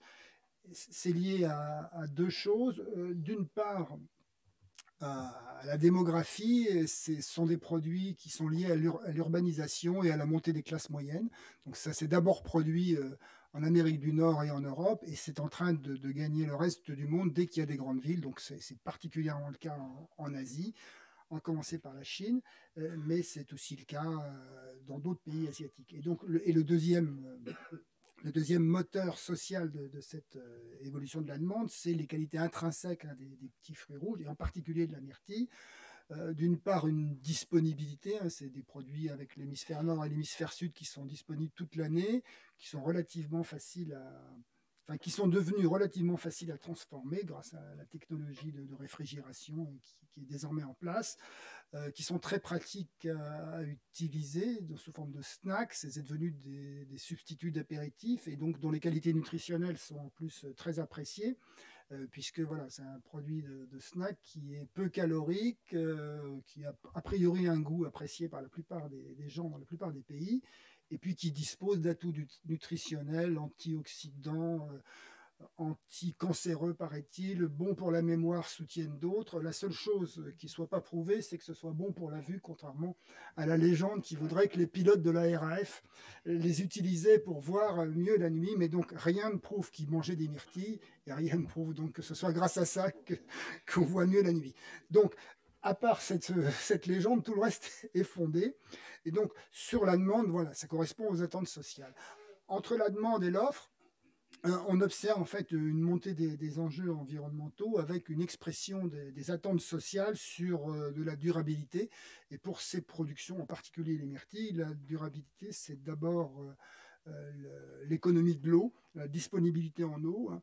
On a vu forgé aux Pays-Bas et désormais utilisé aussi en Grande-Bretagne un indicateur qui a un impact sur la pénurie d'eau. Donc, c'est ce que les Britanniques appellent un Water Scarcity Footprint.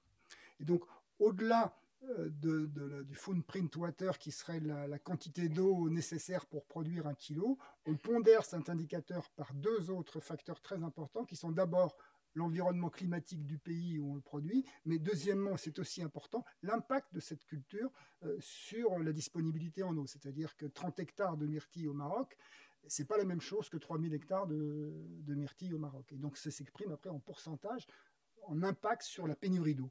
Donc, en Grande-Bretagne, il y a déjà des distributeurs qui font figurer ce type d'index en marge de leur communication sur les produits qu'ils achètent.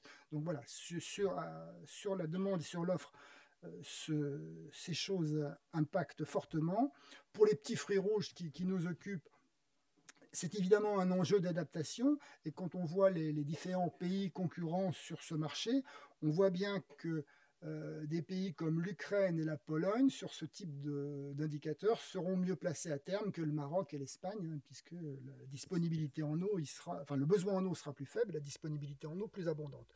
Donc, à cette articulation de l'offre et la demande, donc, il y a un enjeu environnemental majeur qui va impacter la concurrence entre les pays producteurs.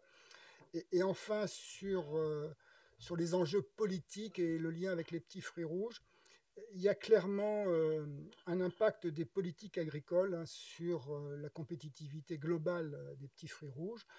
C'est détaillé dans l'article, dans la partie qu'a écrit Jérémy, sur l'exemple du Pérou, hein, où au-delà des atouts géographiques, parce qu'avec le relief, on peut produire du niveau de la mer jusqu'à 2000 mètres d'altitude, et puis géographique parce que on n'est pas loin des États-Unis qui sont le principal marché. Il y a aussi une vraie politique de filière, donc recherche variétale, recherche fondamentale, lutte contre les parasites, optimisation de la ressource en eau. Non, ça a commencé par des querelles sur l'eau, et maintenant la politique agricole de l'eau péruvienne a rétabli un semblant de coopération. Une logistique export, hein, qui avec des ports dédiés. Hein, les Chinois ont construit avec les Péruviens un port dédié aux fruits, hein, pas seulement les myrtilles, mais aussi les asperges et les avocats. Et puis, accords commerciaux. Hein, le Pérou a des accords, a des commercialisations avec 145 pays, dont des accords avec la Chine, avec le Vietnam, avec la Malaisie. Donc, il y a toute cette politique de filière. Donc, en fait, on voit bien que la politique de filière est importante, et c'est aussi ce qu'on voit à l'œuvre dans des pays comme la Géorgie ou le Kosovo. C'était aussi le cas en Ukraine, hein, où il y a un plan de développement des fruits rouges, et notamment au Kosovo et en Géorgie, un plan de développement des myrtilles avec des objectifs chiffrés, des crédits pour la recherche agronomique, pour la maîtrise de l'eau et pour l'amélioration variétale. Donc en fait, sur ces productions, on voit bien qu'au croisement de ces enjeux, on trouve un changement des règles de concurrence entre les pays. Merci André. J'espère que vous ne consommerez plus de fruits rouges de la même manière après avoir dégusté le chapitre d'André et Jérémy. J'ai une question pour chacun de vous quatre, très simple, avant de prendre des questions de la salle. C'est quoi, d'ici 2050, votre grand facteur d'optimisme pour les systèmes agricoles et alimentaires, où que vous soyez et quel que soit le territoire où vous avez envie de vous arrêter? Je démarre avec toi, Michael, en 1 minute chacun. J'ai besoin de réfléchir. Tu m'as tendu la perche sur l'optimisme. Laisse-moi réfléchir, Sébastien. Non, alors, Christian, d'abord. Alors, optimiste, je ne sais pas. Mais en tout cas, des points de vigilance ou des points sur lesquels il va falloir progresser, j'en ai quelques-uns. Le premier, c'est peut-être de veiller à corriger la discordance qu'il y a entre le foisonnement des solutions numériques qui sont sur le marché et une adoption qui est finalement assez faible dans le monde agricole.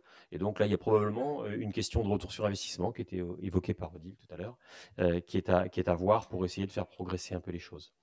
Deuxième point de vigilance ou d'optimisme, hein, c'est l'impact environnemental du numérique sur l'agroécologie. le fait qu'effectivement, il y a des solutions, et notamment celles qui ont été évoquées tout à l'heure, qui permettent d'envisager que le numérique puisse améliorer l'impact agroécologique de certaines productions agricoles. Alors c'est à vérifier, c'est à avérer, c'est à construire. On travaille sur les analyses de cycle de vie pour valider tout ça, mais c'est quand même un facteur d'espoir. Le troisième point, qui est plutôt un point de vigilance encore, c'est celui du fait que on parle d'intelligence artificielle, donc il y a des inquiétudes sur les compétences qu'on va conserver. Perte de compétences ou glissement de compétences. En tout cas, il va y avoir certainement des impacts en termes d'emploi. Et aujourd'hui, il y a des emplois peut-être qui sont pas extraordinaires en termes de troubles musculo-squelettiques, qui certainement sont à améliorer, mais qui risquent de disparaître purement et simplement. Et ça, c'est un impact, et il faudra aussi le prendre en compte. Alors, on peut aussi voir à l'inverse l'IA et la robotique comme une solution pour pallier des manques de main-d'œuvre. C'est ce qui a été évoqué. Un point, là, certainement un point de vigilance. Aujourd'hui, l'intelligence artificielle, c'est essentiellement des grandes entreprises américaines, des grandes structures chinoises. Et là, il y a un enjeu géopolitique, à savoir si nous allons rester maîtres aussi de ces outils-là. Et si, quand une préconisation sera faite par une IA, est-ce que derrière, il y aura une arrière-pensée sur le choix de la molécule, sur le choix du produit et sur son fournisseur. Et puis le dernier point, je vous ai expliqué un petit peu tout à l'heure aussi que le numérique, c'était une révolution qui opérait par vagues. Il y a eu l'arrivée de l'informatique, l'arrivée du micro-ordinateur, l'arrivée d'Internet, l'arrivée du smartphone, l'arrivée aujourd'hui de l'intelligence artificielle. Eh bien, c'est peut-être un facteur d'espoir ou d'inquiétude, je ne sais pas, mais quelle sera la 6e vague? Moi, aujourd'hui, je suis incapable de le dire, mais je suis à peu près sûr qu'elle va arriver dans la prochaine décennie. Merci Christian. En fait, Christian, il a répondu pour les 4. Oui, merci Christian. Alors, André, ton optimisme ou ta prospective 2050 en 1 minute, en 4 points comme Christian. Je vais reprendre donc la terminologie qu'a utilisée Christian sur les points de vigilance, les tendances et éventuellement dedans les éclairages optimistes. Je reprends ma distinction de la demande vers l'offre. Sur la demande, je pense que la demande mondiale de produits agricoles et notamment de produits diversifiés comme les fruits va continuer d'augmenter. On a un développement des échanges de fruits qui est spectaculaire. Donc on l'illustre sur le cas des myrtilles, mais les avocats, ça a aussi doublé au cours des 20 dernières années. Même les pommes, qui sont des fruits traditionnels, ça continue d'augmenter. Et donc le point, alors que pessimiste ou optimiste, je ne sais pas, c'est que la tendance de locavore n'est pas dominante au niveau mondial. C'est-à-dire que sur les fruits, on a une diversification des régimes alimentaires. L'accession des classes moyennes aux villes et à des fruits nouveaux est un moteur puissant qui, sur les 5 ou 6 dernières années, n'a pas connu d'interruption, même pendant le Covid, juste un palier. Donc ça, c'est la première tendance. La deuxième tendance qui va aussi rebattre les cartes, je pense, c'est partout un renforcement de la sécurité alimentaire et une demande de plus de durabilité. Les exemples que je donnais sur les blocages des durians, par exemple, c'est pas un prétexte, c'était une raison sanitaire invoquée par les Chinois, mais avec un supposé colorant cancérigène. Donc ça monte. Et en face, donc, on voit se développer des certifications, des garanties apportées par les producteurs, etc. Et dans ce genre d'évolution de la consommation et de la production, on peut penser que les pays d'Europe sont plutôt bien placés parce qu'ils ont une longueur d'avance sur les systèmes de certification. Je ne parle pas du tout devant une ancienne directrice de l'INAO et en tant qu'ancien cadre de l'INAO, mais sur ces systèmes, on a de l'avance. Le water scarcity footprint, c'est aussi des choses qui vont favoriser un certain nombre de producteurs, potentiellement en Europe. Et puis, on voit aussi s'esquisser des labels sur la neutralité carbone. Donc ça me paraît des tendances qui sont durables. Sur l'offre, deux tendances aussi rapidement. D'une part, le changement climatique, évidemment, dont il faut tenir compte, mais qui est déjà à l'œuvre. Donc, juste un exemple passé. En 2000, il y avait 500 hectares de vignes en en Grande-Bretagne. Aujourd'hui, il y en a 4000. Hein. Donc la remontée de la vigne vers le nord, c'est un mouvement qui est déjà engagé. Hein. Ça sera la même chose pour les fruits. C'est ce qu'on voit aussi sans doute sur les petits fruits rouges vers l'est. Et c'est aussi sans doute une opportunité pour la France, hein, puisque au moins toute la partie au nord de la Loire sera plutôt mieux placée qu'elle l'est aujourd'hui en concurrence avec les productions ou de l'Europe du Sud ou de l'hémisphère sud.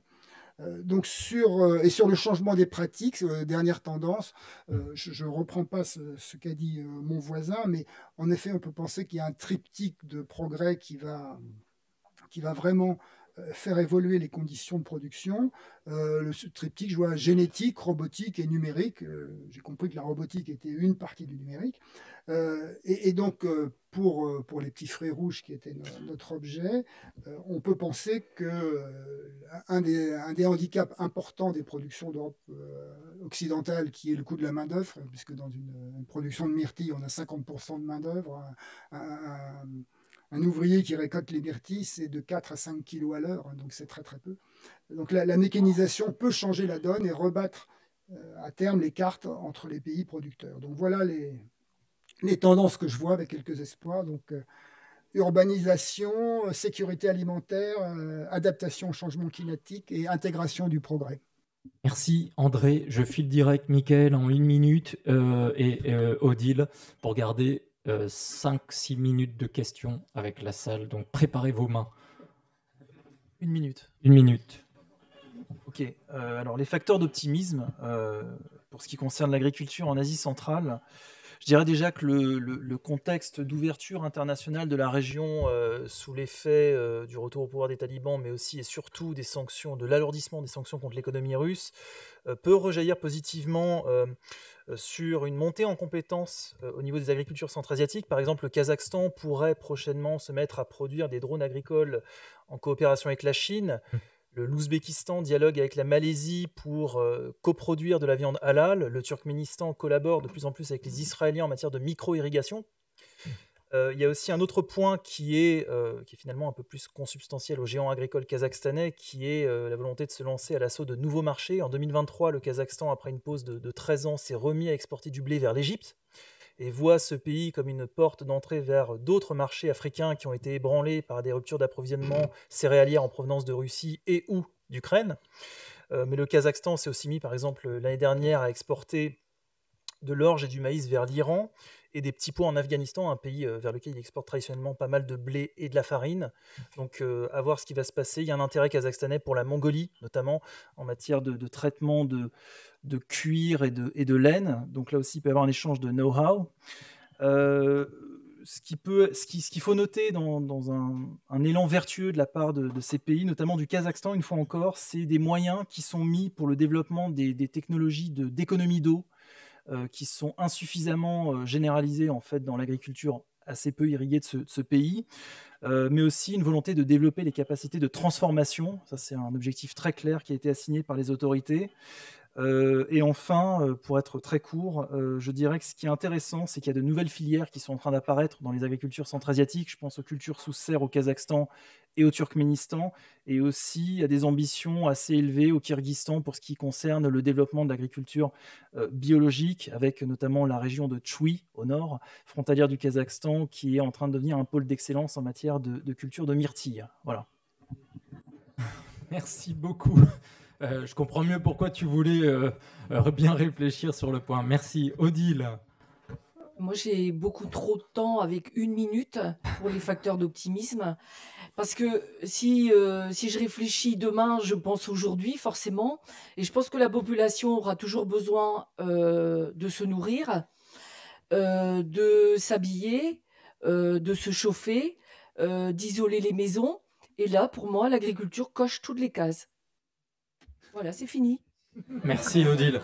Je vous ai toujours dit au fil des années que le bon sens des agricultrices et des agriculteurs, c'était aussi une terrible efficacité communicationnelle, très efficace.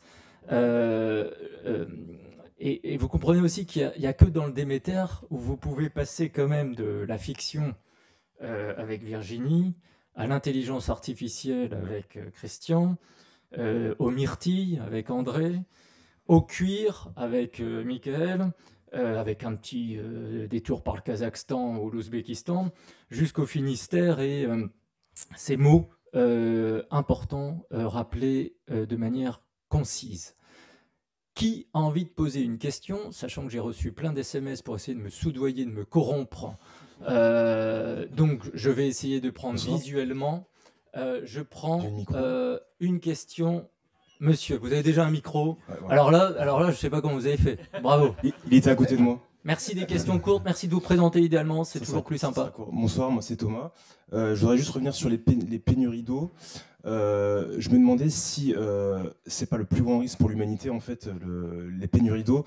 Et j'en veux pour preuve ce qui s'est passé à Los Angeles avec la Wonderful Company et la famille Resnick qui a privatisé toute l'eau et ça cause des problèmes parce que les pompiers n'avaient plus d'eau pour tout éteindre.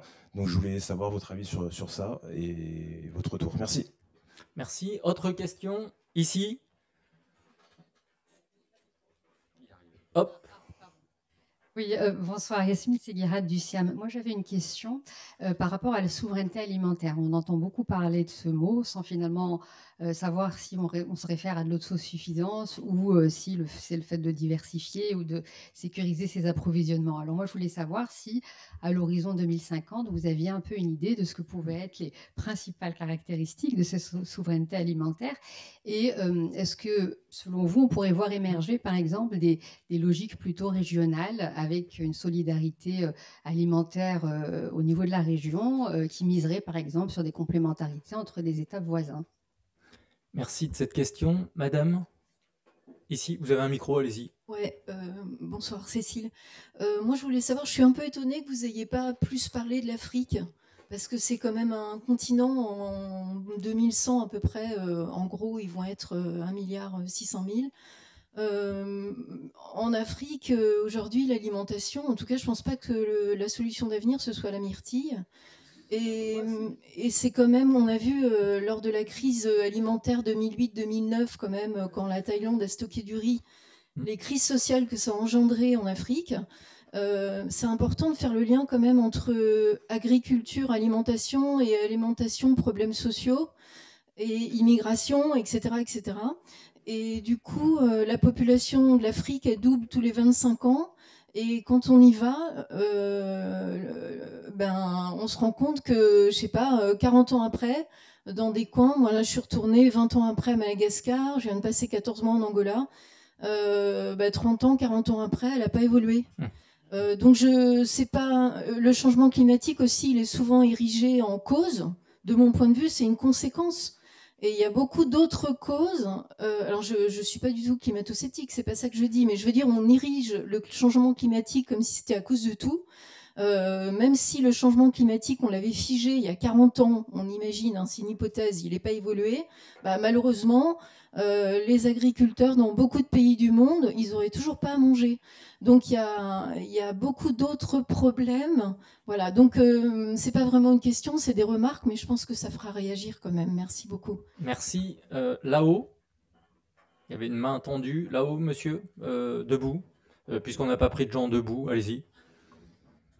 Merci, bonjour, bonsoir, Stéphane Devendeuve, journaliste pour Terragora.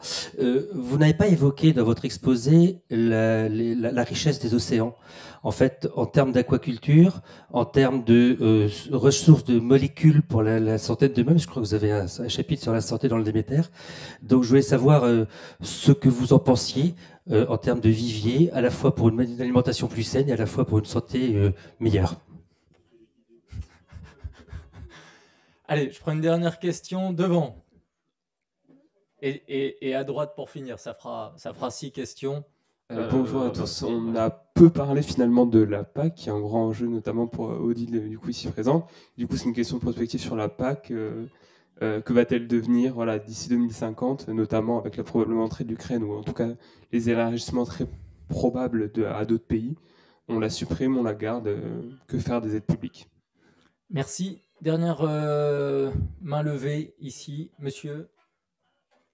Xavier Le Prince, dans le prolongement de la question de la PAC, est-ce que les politiques publiques dans les différents pays du monde peuvent protéger les agriculteurs? J'ai bien aimé évidemment le mot d'Odile, pour être là en 2050, il faut être là demain. Et il faut survivre jusqu'en 2050. Est-ce qu'aujourd'hui, les politiques publiques, que ce soit la PAC, que ce soit ce que font les États-Unis, ce que fait également l'Argentine, ce que fait l'Australie, est-ce qu'il faut protéger nos agriculteurs? Merci. Y a-t-il encore une main qui voudrait se lever? Sinon, comme j'ai regardé ma montre, alors, allez-y, dernière question, remarque. Rapide. Bonsoir, moi je suis journaliste d'ex-Yougoslavie et comme tel, je demande comment vous faites pendant les guerres parce qu'il se pose la question de nourrition grave. Chez nous, en Yougoslavie, les gens, il était mort des balles, mais aussi de la faim. Alors, comment vous envisagez dans cette période qui arrive à régler le problème? Merci de ces 7 questions-remarques. Le temps étant compté, ça me permet de vous répondre à ces 7 questions d'un seul trait. D'abord, il y a un cocktail à 20h où vous êtes tous bienvenus en bas, ce qui permettrait d'échanger avec les gens de la table ronde. 2, les sujets questionnés sont tous au menu, non pas du Déméter 2025, mais de la collection. Il y a des sujets qui ont été beaucoup traités ces dernières années. Il y a aussi des Déméters en préparation. Donc, puisque le temps est compté et que nous considérons aussi qu'un certain nombre de questions étaient des rappels sur des enjeux importants, des questions à traiter prochainement, que ce soit évidemment la PAC, l'importance des mers, n'oublions jamais les produits de la mer et tout ce qui est pêche, aquaculture, l'Afrique évidemment, la souveraineté alimentaire, l'eau. J'ai presque envie de vous dire, allez vous promener aussi au Salon de l'Agriculture qui ouvre samedi à Paris. Il y a plein de gens qui pourront vous éclairer, vous répondre sur ces questions. Je voudrais qu'on remercie les intervenants de la table ronde et Virginie Tourné pour ces éclairages. Et j'invite l'ambassadeur Brieux-Pont à venir conclure cette conférence débat. Vous êtes envoyé spécial pour la nutrition auprès du ministère de l'Europe et des Affaires étrangères. Et la France accueille un grand sommet sur la nutrition à Paris au mois de mars. C'était important qu'on sache un peu ce qui est attendu avec ce sommet, votre regard et comment on prépare un sommet de ce type sur cette question importante dans le contexte aussi géopolitique dans lequel on se trouve. Merci beaucoup d'avoir accepté notre invitation et la parole est à vous. Utiliser un micro, voilà. On va le poser là doucement. Je sais pas si ça. Voilà, très bien. Bonsoir à tous. Voilà, Brieux-Pont. Donc, je pense que ma compatriote finistérienne a bien identifié que nous sommes voisins. Je suis de Pont-Aven. Non, nous sommes entre nous. Non, d'abord, merci beaucoup au Club Déméter. Merci à l'Iris de cette invitation qui m'honore. De manière générale, je recommande toujours de se méfier des diplomates, mais surtout des diplomates qui revendiquent une expertise, parce que c'est vraiment l'espèce la plus dangereuse. Et je tiens simplement à vous dire que je ne suis absolument pas un expert de nutrition ni de sécurité alimentaire, et que rentrant d'une mission de 3 ans comme ambassadeur au Nicaragua, pendant laquelle je me suis fortement consacré aux droits de l'homme, voilà, c'est le bonheur de ce métier. On vous confie quelque chose dont vous ne savez rien, et vous arrivez avec un regard assez innocent, en espérant que, à l'issue de cette affaire, ce sera aux innocents les mains pleines. Voilà, la France organise un sommet sur la nutrition. Quelle drôle d'idée! Tout simplement parce que la France ça ne vous aura pas échappé, nous avons accueilli dans cette ville les Jeux Olympiques.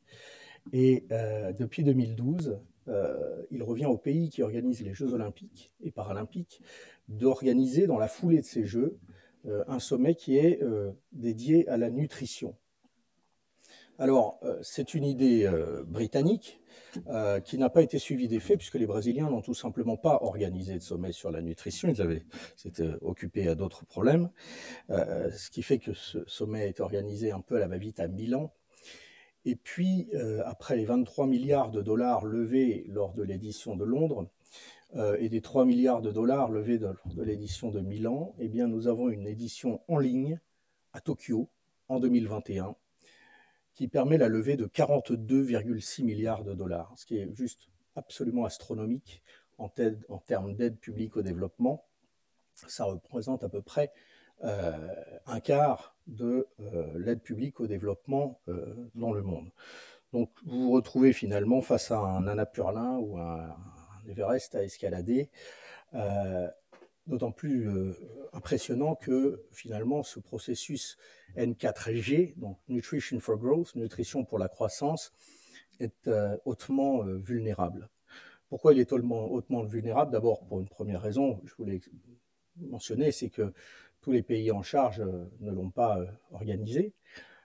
Et deuxièmement, que c'est un processus qui risque d'être victime de son propre succès, puisque on court le risque d'avoir une espèce de course à l'échalote, de concours de beauté quadriannuel, dans lequel il n'y a pas véritablement de vision, de cap qui est fixé, ni de continuité. Par ailleurs, la situation politique a changé depuis 2021, puisque M. Poutine, ça non plus, ça n'a échappé à personne, a déclenché une guerre de haute intensité à nos portes, en Europe, chose que nous n'avions pas connue depuis la Deuxième Guerre mondiale, ce qui a entraîné une crise alimentaire, une crise inflationniste, une crise financière, qui a produit les effets qui ont été décrits il y a quelques instants, notamment dans des pays vulnérables alimentairement, comme l'Afrique, et qui a entraîné aussi une évaporation des ressources consacrées au développement. Parce que d'abord, il faut aussi payer la dette du Covid. Le quoi qu'il en coûte, il y a un moment où il faut effectivement l'assumer financièrement. Et puis parce qu'il y a aussi des fonds qui doivent être consacrés maintenant à notre défense. Et le résultat, la première victime de tout ça, très fréquemment, c'est l'aide au développement. Ce qui est regrettable puisque les conflits sont souvent générés, c'est pas la Red Team qui va démentir, par une recherche, une quête de ressources. C'est une concurrence pour les ressources entre communautés humaines, qu'on les appelle nations, groupes, pirates, etc. D'ailleurs, j'étais il y a quelques semaines au Bangladesh, et si vous allez sur l'île de Bhasan Char, vous avez là quelque chose qui préfigure un petit peu votre nation pirate, puisque nous avons 40 000 réfugiés Rohingyas qui sont confinés sur une toute petite île par les autorités locales. Bon. Donc, quelque chose d'assez vulnérable et donc un défi important pour la France. On m'a présenté le sommet N4G comme une tradition, enfin quelque chose qui date depuis 2012, n'est pas une tradition. La démocratie suisse, c'est une tradition, la bureaucratie de l'ONU, c'est une tradition, mais pas N4G, quoi. Donc, l'idée pour nous, c'est d'abord de fixer des objectifs politiques et de nous affranchir des paramètres financiers d'une réussite pour notre pays. Et l'objectif politique, c'est d'abord de transformer cette affaire en tradition. Et pourquoi? Pourquoi faudrait-il que ce sommet, finalement, parmi tant d'autres sommets, ce sommet sur la nutrition devienne une tradition? On pourrait s'en passer, comme certains de mes collègues m'ont dit, mais il faut débrancher ce truc, tu vas ruiner les comptes de l'État. Alors, quand vous regardez un petit peu plus près, d'abord, vous vous rendez compte que le sommet sur la nutrition n'est pas un sommet sur la nutrition. C'est un sommet sur les conséquences du changement climatique, c'est un sommet sur les inégalités de genre, c'est un sommet, madame, vous avez parlé des guerres, sur la résilience face aux crises, c'est un sommet sur la santé publique, la protection sociale, c'est un sommet sur l'utilisation de l'intelligence artificielle dans la production de nourriture, de collecte de données aussi, sans laquelle l'intelligence artificielle n'est rien. C'est aussi un sommet sur le financement du développement et sur la redevabilité. C'est curieux, en France, on n'a pas vraiment de mot pour accountability. C'est étonnant, non? Voilà, donc on a trouvé redevabilité, c'est pas très joli, mais voilà, c'est ce que nous avons. Et quand on regarde financement, en fait, on se dit que finalement, cette nutrition qui porte mal son nom, et qu'on devrait plutôt appeler super développement, c'est peut-être quelque chose qui devrait susciter un peu davantage notre intérêt. Ça ne représente que 1% de l'aide publique au développement dans le monde. C'est quand même assez navrant quand vous savez, comme l'affirme la Banque mondiale dans son cadre d'investissement pour la nutrition d'octobre 2024, que c'est la politique de développement la plus efficace, la plus rentable au monde, ou dans l'histoire même des politiques de développement, puisque le retour sur investissement est de 23 pour 1. C'est-à-dire que vous plantez 100 millions de dollars d'aide publique au développement pour la nutrition dans un pays, et vous générez 2 milliards 300 millions de dollars de PIB en moyenne sur 20 ans. C'est une moyenne. C'est d'ailleurs la raison pour laquelle l'Indonésie, il y a 15 jours, a annoncé qu'elle allait investir 28 milliards de dollars, ça laisse songeur, pour la nutrition sur son territoire sur les 5 prochaines années. Parce qu'en Indonésie, le retour sur investissement, ce n'est pas un facteur 23, c'est un facteur 53. Donc, pourquoi ça marche? Ça marche parce que, comme je vous le disais, ce sont plusieurs domaines d'expertise qui sont associés. C'est pour ça qu'on devrait plutôt appeler ça le super développement. Et plusieurs domaines d'expertise qui, à l'image de ces écoles d'ingénieurs qui maintenant font ce qu'on appelle de l'ingénierie de la complexité, de l'ingénierie des systèmes complexes, vont associer des expertises, vont associer des domaines de connaissances pour construire des politiques de développement ciblées.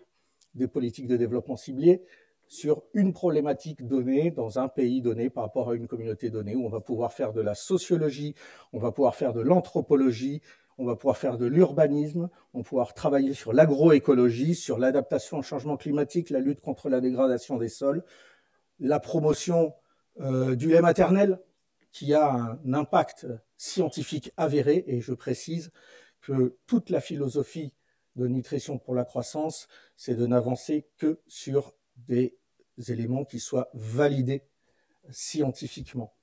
Alors, nous avons là en réalité une sorte de baguette magique, ou alors appelons ça de la nitroglycérine à mettre dans le moteur, pour avancer vers les objectifs du développement durable. D'ores et déjà, je peux vous le dire, on ne va pas y arriver.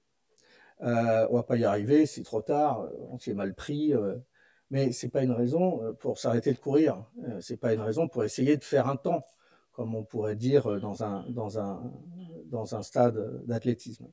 Et donc c'est l'ambition que nous portons, parce que nous savons que nous sommes en train de réfléchir ensemble. Le sujet de la nutrition n'est qu'un exemple illustratif de ce que seront les politiques de développement dans l'ère post-2030. Donc c'est sous cet angle que je viens vous présenter ce sommet, qui est multi-acteur. Là aussi, il n'y a pas que les États, cette plus belle lurette, c'est pas l'IRIS qu'on va me démentir, qui sont les acteurs des relations internationales. Donc nous avons des organisations non gouvernementales, nous avons des organisations de l'ONU, nous avons des sociétés philanthropiques, dont certaines pèsent plus dans leurs engagements financiers qu'un État du G7. Songez que lors de l'édition de Tokyo, l'Allemagne, très généreusement, a consenti à un effort de 900 millions d'euros. La fondation Bill Gates, Bill et Melinda Gates, 992 millions d'euros. Vous voyez là que nous avons aussi des organisations qui peuvent apporter une contribution considérable. Vendredi soir, une organisation non gouvernementale m'a appelé pour dire, écoute, voilà, on a décidé de mettre 1 milliard d'euros sur la table. Donc ça, on va pouvoir s'en servir pour travailler sur des sujets qui nous touchent directement ou indirectement.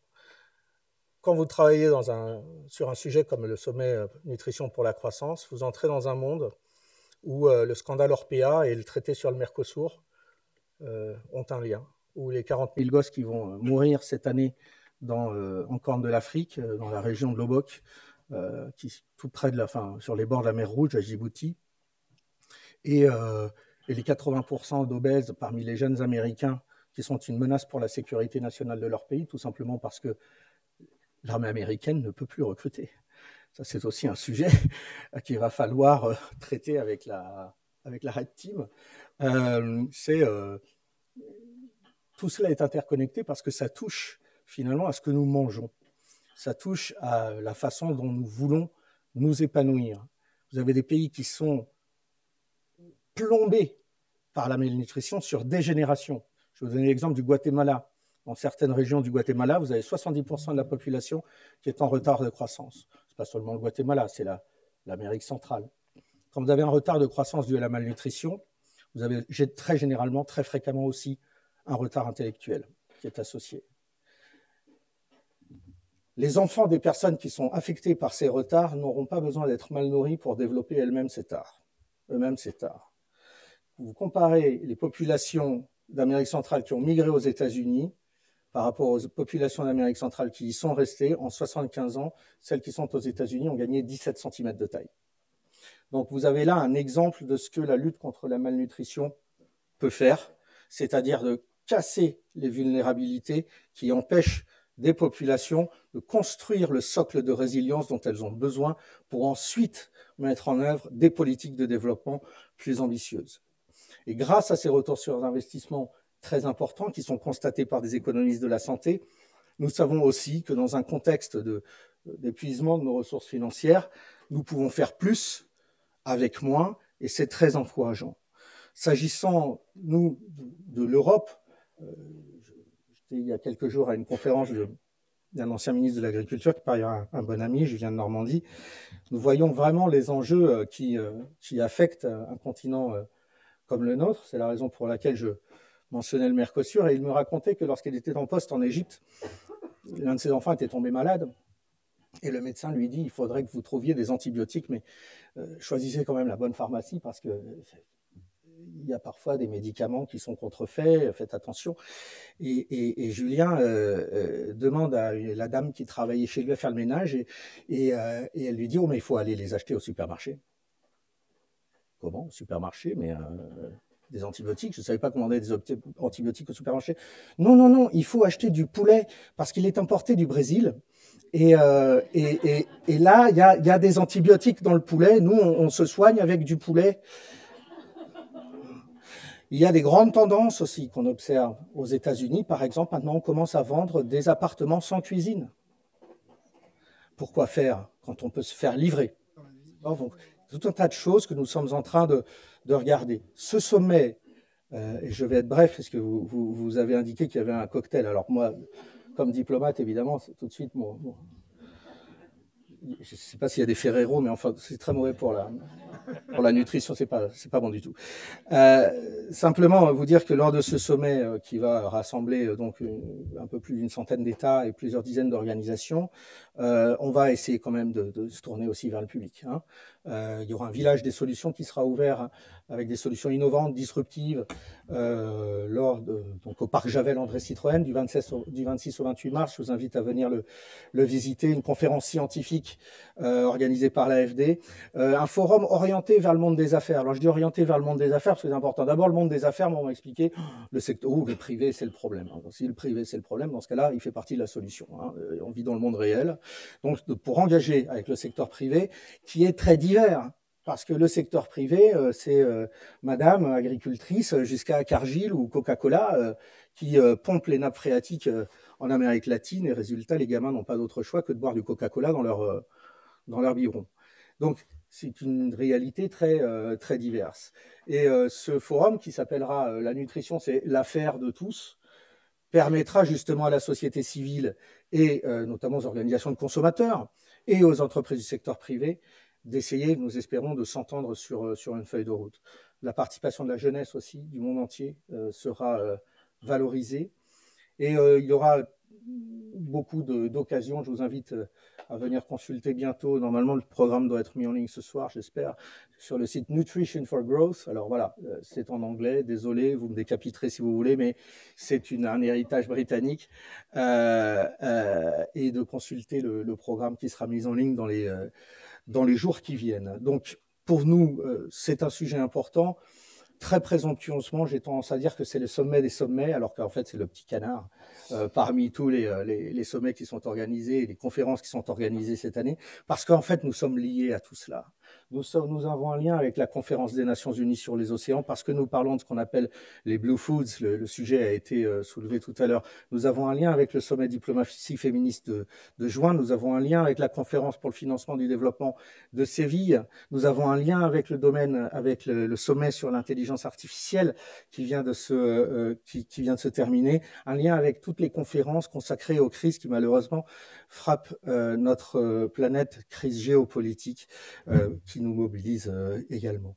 Voilà, je voudrais vous remercier de l'occasion de présenter ce sommet en disant vraiment nous sommes dans la préfiguration du futur du développement. Nous sommes dans un contexte tout à fait maussade, on peut l'entendre dans les différentes interventions. Il faut se donner aussi le droit d'espérer. Merci.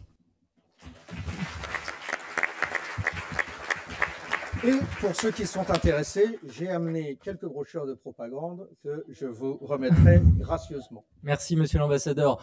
Quelques mots pour conclure cette conférence débat. Merci à toutes et tous d'être venus nombreux en ligne, plus nombreux qu'en présentiel, post-Covid oblige, mais vous êtes nombreux dans la salle comme tous les ans et ça fait chaud au cœur. Je voudrais juste terminer cette séance en rendant hommage à quelqu'un qui nous a quittés il y a quelques semaines, qui était au comité de rédaction du Déméter, Lucien Bourgeois. Pour ceux qui étaient là l'an dernier, Lucien, qui était le plus ancien membre du comité de rédaction, agroéconomiste, qui a énormément publié ces dernières années en France sur ces questions. Lucien, l'an dernier, pour la 30e édition du Déméter, date toujours un peu anniversaire, Lucien avait fait une petite présentation du pourquoi cet ouvrage est atypique. Je voudrais juste qu'on se quitte ce soir en ayant une pensée pour lui, et je voudrais citer ce qu'il nous avait dit l'an dernier sur le pourquoi lire le Déméter, parce que ça permet de changer son regard, parce que ça permet de comprendre la complexité du monde, parce que ça permet de préparer l'avenir, et surtout parce que ça permet de ne jamais perdre de vue l'essentiel, nourrir, et pour nourrir, il faut des aquaculteurs, des pêcheurs et des agriculteurs. Bonne soirée à tous. Merci de votre présence.